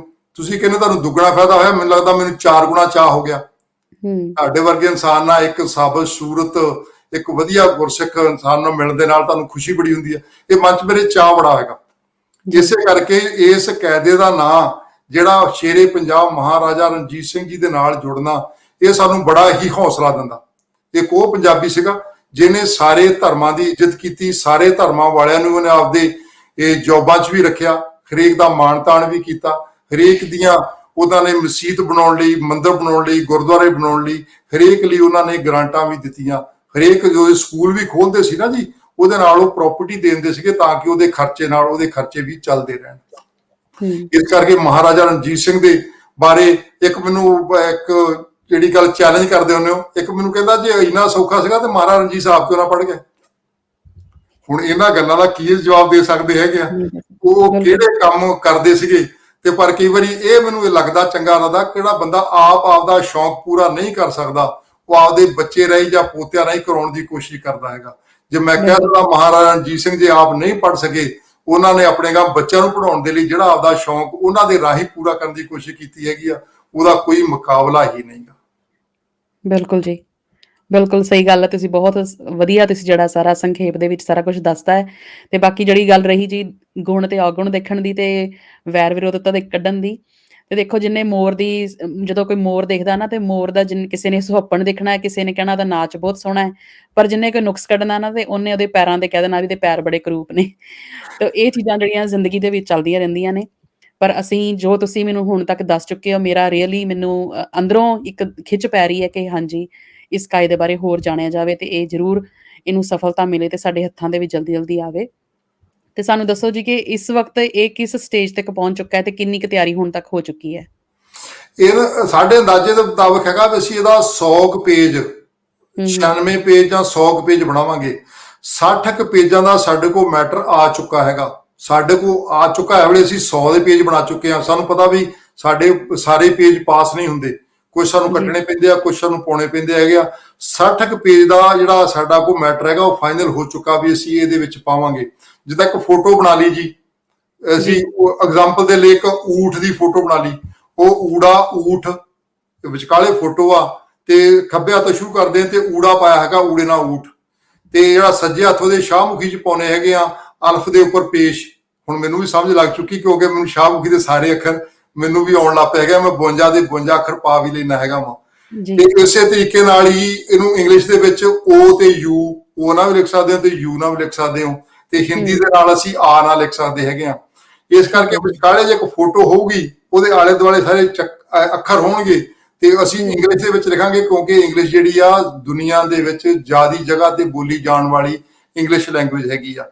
ਅਸੀਂ ਕਹਿੰਦੇ ਇੰਗਲਿਸ਼ ਨੂੰ ਇੰਗਲਿਸ਼ ਦੇ ਤੌਰ ਤੇ ਤੁਸੀਂ ਭਾਸ਼ਾ ਦੇ ਤੌਰ ਤੇ ਸਿੱਖ ਲਓ, ਪਰ ਇੰਗਲਿਸ਼ ਦੇ ਵਿੱਚ ਗਿਆਨ ਲੈਣ ਦੀ ਗਲਤੀ ਨਾ ਕਰੋ। ਹਮੇਸ਼ਾ ਹੀ ਗਿਆਨ ਤੁਸੀਂ ਆਪਣੀ ਮਾਤ ਭਾਸ਼ਾ ਵਿੱਚ ਲਓ, ਜਿਹੜਾ ਕਿ ਤੁਸੀਂ ਬਹੁਤ ਸੌਖਾ ਤੇ ਜਲਦੀ ਲੈ ਲਓਗੇ। ਜਿਹੜਾ ਬੱਚਾ ਡਿਪਰੈਸ਼ਨ ਹੈਗੀ ਆ, ਉਹ ਤੁਸੀਂ ਬਗਾਨੀ ਭਾਸ਼ਾ ਵਿੱਚ ਜਦੋਂ ਗਿਆਨ ਦਿਵਾਉਣ ਦੀ ਕੋਸ਼ਿਸ਼ ਕਰਦੇ ਹੋ, ਉਹ ਹੈਗੀ ਆ। ਇਸ ਕਰਕੇ ਭਾਸ਼ਾਵਾਂ ਜਿੰਨੀਆਂ ਸਿੱਖੋਗੇ ਅੱਜ, ਤੁਸੀਂ ਉਨਿਆਂ ਬੰਦਿਆਂ ਦੇ ਬਰਾਬਰ ਆ। ਅੱਜ ਤੱਕ ਵੇਖਾ ਗੁਰਿੰਦਰ ਜੀ, ਇਸ ਜ਼ਮਾਨੇ ਵਿੱਚ ਕੋਈ ਨਹੀਂ ਬੰਦਾ ਇੱਕ ਹੋਣਾ ਵੀ ਜਿਹਨੂੰ 2 ਭਾਸ਼ਾ ਨਹੀਂ ਆਉਂਦੀਆਂ। ਤੁਹਾਨੂੰ ਵੀ, ਮੈਨੂੰ ਵੀ, ਹਰੇਕ ਬੰਦੇ ਨੂੰ 2-2 ਭਾਸ਼ਾਵਾਂ ਤਾਂ ਆਉਂਦੀਆਂ ਹੀ ਆ। ਵਿਰਲਾ ਵਿਰਲਾ ਹੋਊਗਾ ਉਹਨੂੰ 3 ਆਉਂਦੀਆਂ ਹੋਣਗੀਆਂ।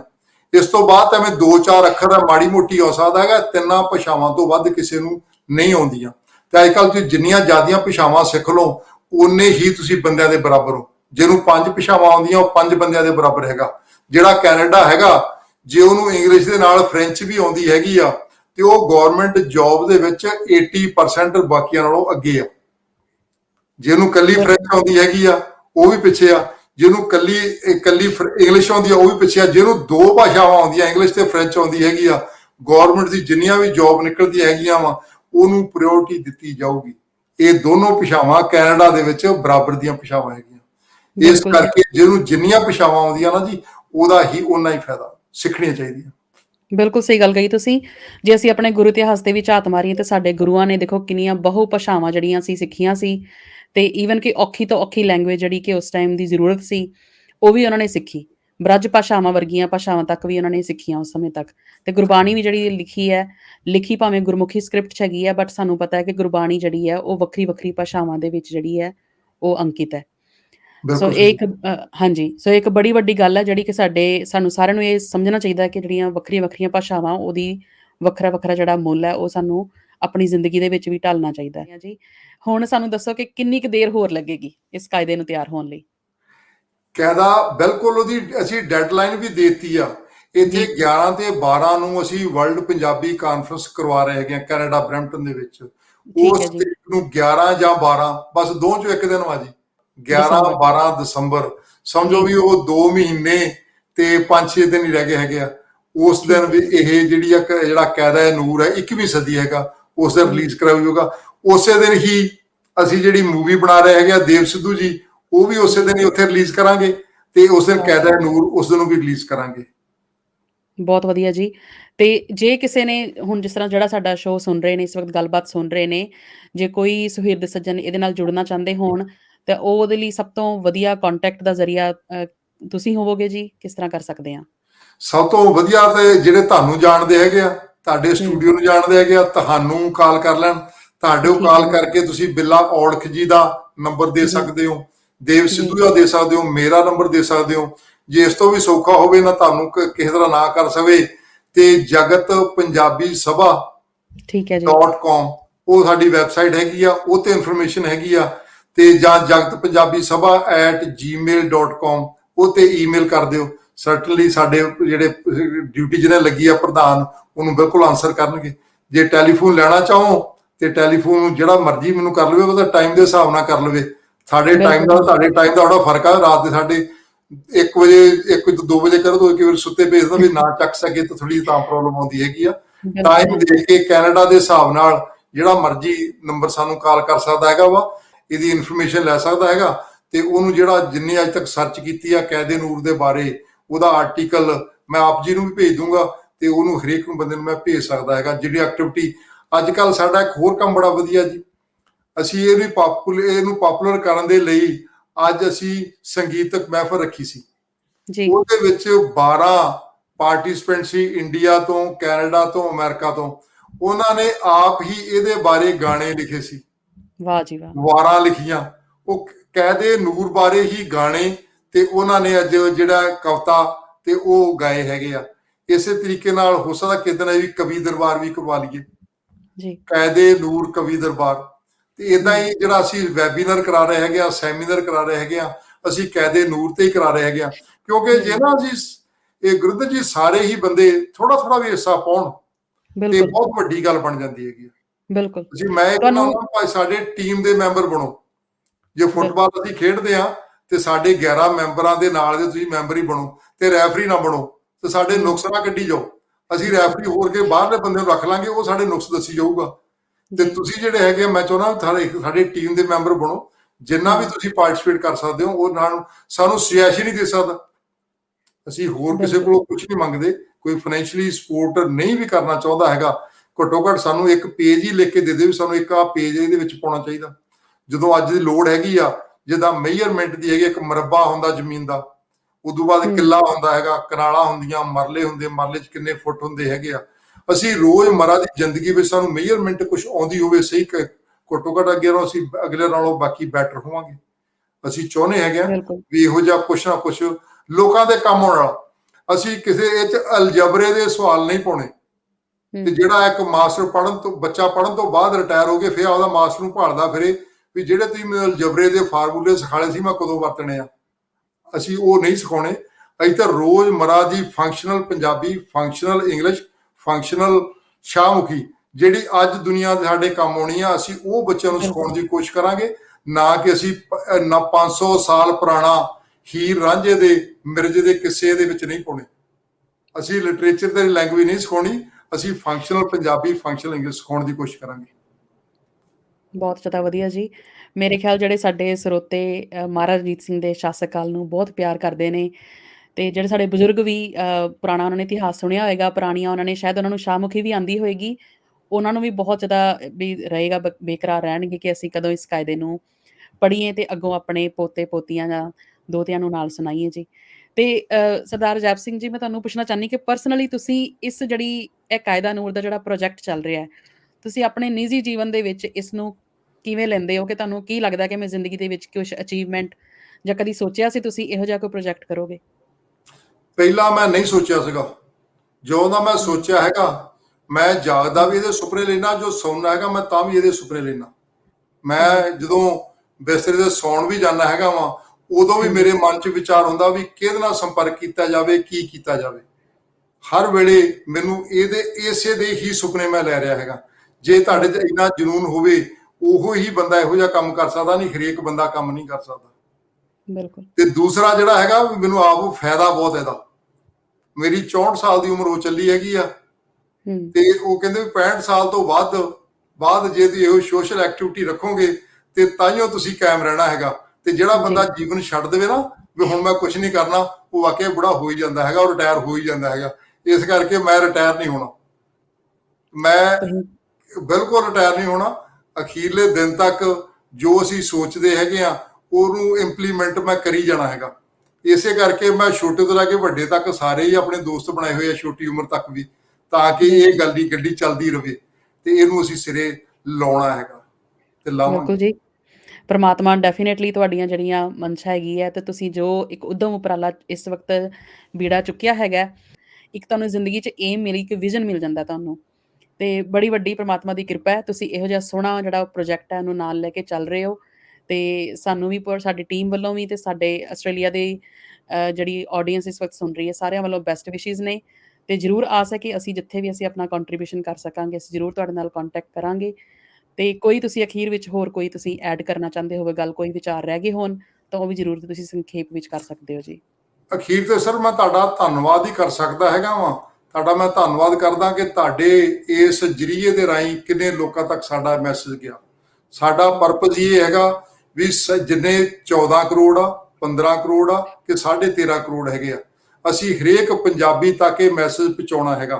ਤੇ ਉਸ ਮੈਸੇਜ ਪਹੁੰਚਾਉਣ ਦੇ ਲਈ ਜਿਹੜਾ ਵੀ ਸਾਡੇ ਲਈ ਮਦਦ ਕਰਦਾ ਹੈਗਾ, ਉਹਦੇ ਧੰਨਵਾਦੀ ਆ। ਮੈਂ ਚਾਹੂੰਗਾ ਵੀ ਹਰੇਕ ਇਨਸਾਨ ਘੱਟੋ ਸਿਰਫ ਹੋਰ ਨਹੀਂ ਕਰਦੀ, ਗੱਲ ਹੀ ਕਰੋ ਹੋਰ ਕਿਸੇ ਨਾਲ, ਬਾਕੀਆਂ ਬਿਲਕੁਲ। ਨੂੰ ਦੱਸੋ ਵੀ ਕਾਇਦੇ ਨੂਰ ਹੁੰਦਾ ਸੀਗਾ ਜਾਂ ਇਹ ਕਿਆਦਾ ਬਣ ਰਿਹਾ ਹੈਗਾ ਵਾ, ਜਿਹਦਾ ਹੂੰ।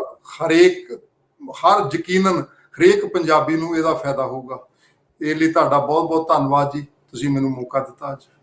ਸਾਡੇ ਵੱਲੋਂ ਵੀ ਤੁਹਾਡਾ ਬਹੁਤ-ਬਹੁਤ ਧੰਨਵਾਦ ਤੇ ਅਸੀਂ ਕੋਸ਼ਿਸ਼ ਕਰਾਂਗੇ ਕਿ ਆਉਣ ਵਾਲੇ ਦਿਨਾਂ ਦੇ ਵਿੱਚ ਤੁਹਾਡੀ ਟੀਮ ਦੇ ਵਿੱਚ ਜੇ ਕੋਈ ਯੂਥ ਰਿਪਰੈਜ਼ੈਂਟੇਟਿਵ ਵੀ ਹੈਗਾ ਤੇ ਅਸੀਂ ਉਹਨਾਂ ਨਾਲ ਇੰਗਲਿਸ਼ ਦੇ ਵਿੱਚ ਵੀ ਇੱਕ ਟਾਕ ਸ਼ੋ ਜਿਹੜਾ ਕਰ ਸਕੀਏ ਤੇ ਤਾਂ ਕਿ ਅਸੀਂ ਜਿਹੜੀ ਇੱਥੋਂ ਦੀ ਜਿਹੜੀ ਪੀੜ੍ਹੀ ਜਿਹੜੀ ਪੰਜਾਬੀ ਜ਼ਿਆਦਾ ਨਹੀਂ ਸਮਝਦੀ ਹੈਗੀ, ਉਹਨਾਂ ਨੂੰ ਵੀ ਇਹਦੇ ਬਾਰੇ ਮੈਸੇਜ ਜਿਹੜਾ ਜ਼ਰੂਰ ਪਹੁੰਚੇ ਤੇ ਉਹਦੇ ਬਾਰੇ ਵੀ ਤੁਹਾਡੇ ਨਾਲ ਅਸੀਂ ਇਸ ਬਾਰੇ ਕੰਟੈਕਟ ਕਰਾਂਗੇ।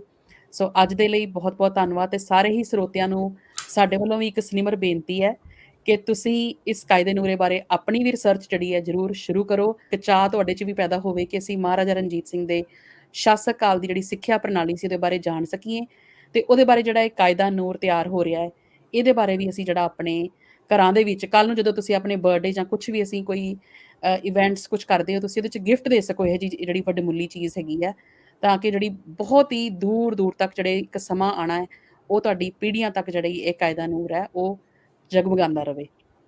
ਸੋ ਆਸ ਹੈ ਜੀ ਅੱਜ ਦੀ ਤੁਹਾਨੂੰ ਗੱਲਬਾਤ ਜਿਹੜੀ ਹੈ ਪਸੰਦ ਆਈ ਹੋਏਗੀ। ਕਾਇਦਾ ਨੂਰ ਬਾਰੇ ਹੋਰ ਜਾਣਕਾਰੀ ਲੈਣ ਲਈ ਤੁਸੀਂ ਜਗਤ ਪੰਜਾਬੀ ਸਭਾ ਦੇ ਫੇਸਬੁੱਕ ਪੇਜ ਤੇ ਜਾ ਕੇ ਜਾਣਕਾਰੀ ਲੈ ਸਕਦੇ ਹੋ। ਤੁਸੀਂ ਸਾਨੂੰ ਇਨਬਾਕਸ ਵੀ ਕਰ ਸਕਦੇ ਹੋ। ਸੋ ਬਹੁਤ-ਬਹੁਤ ਧੰਨਵਾਦ ਅਜੈਬ ਸਿੰਘ ਜੀ। ਧੰਨਵਾਦ ਜੀ, ਸਤਿ ਸ਼੍ਰੀ ਅਕਾਲ ਜੀ। ਸਤਿ ਸ਼੍ਰੀ ਅਕਾਲ ਜੀ।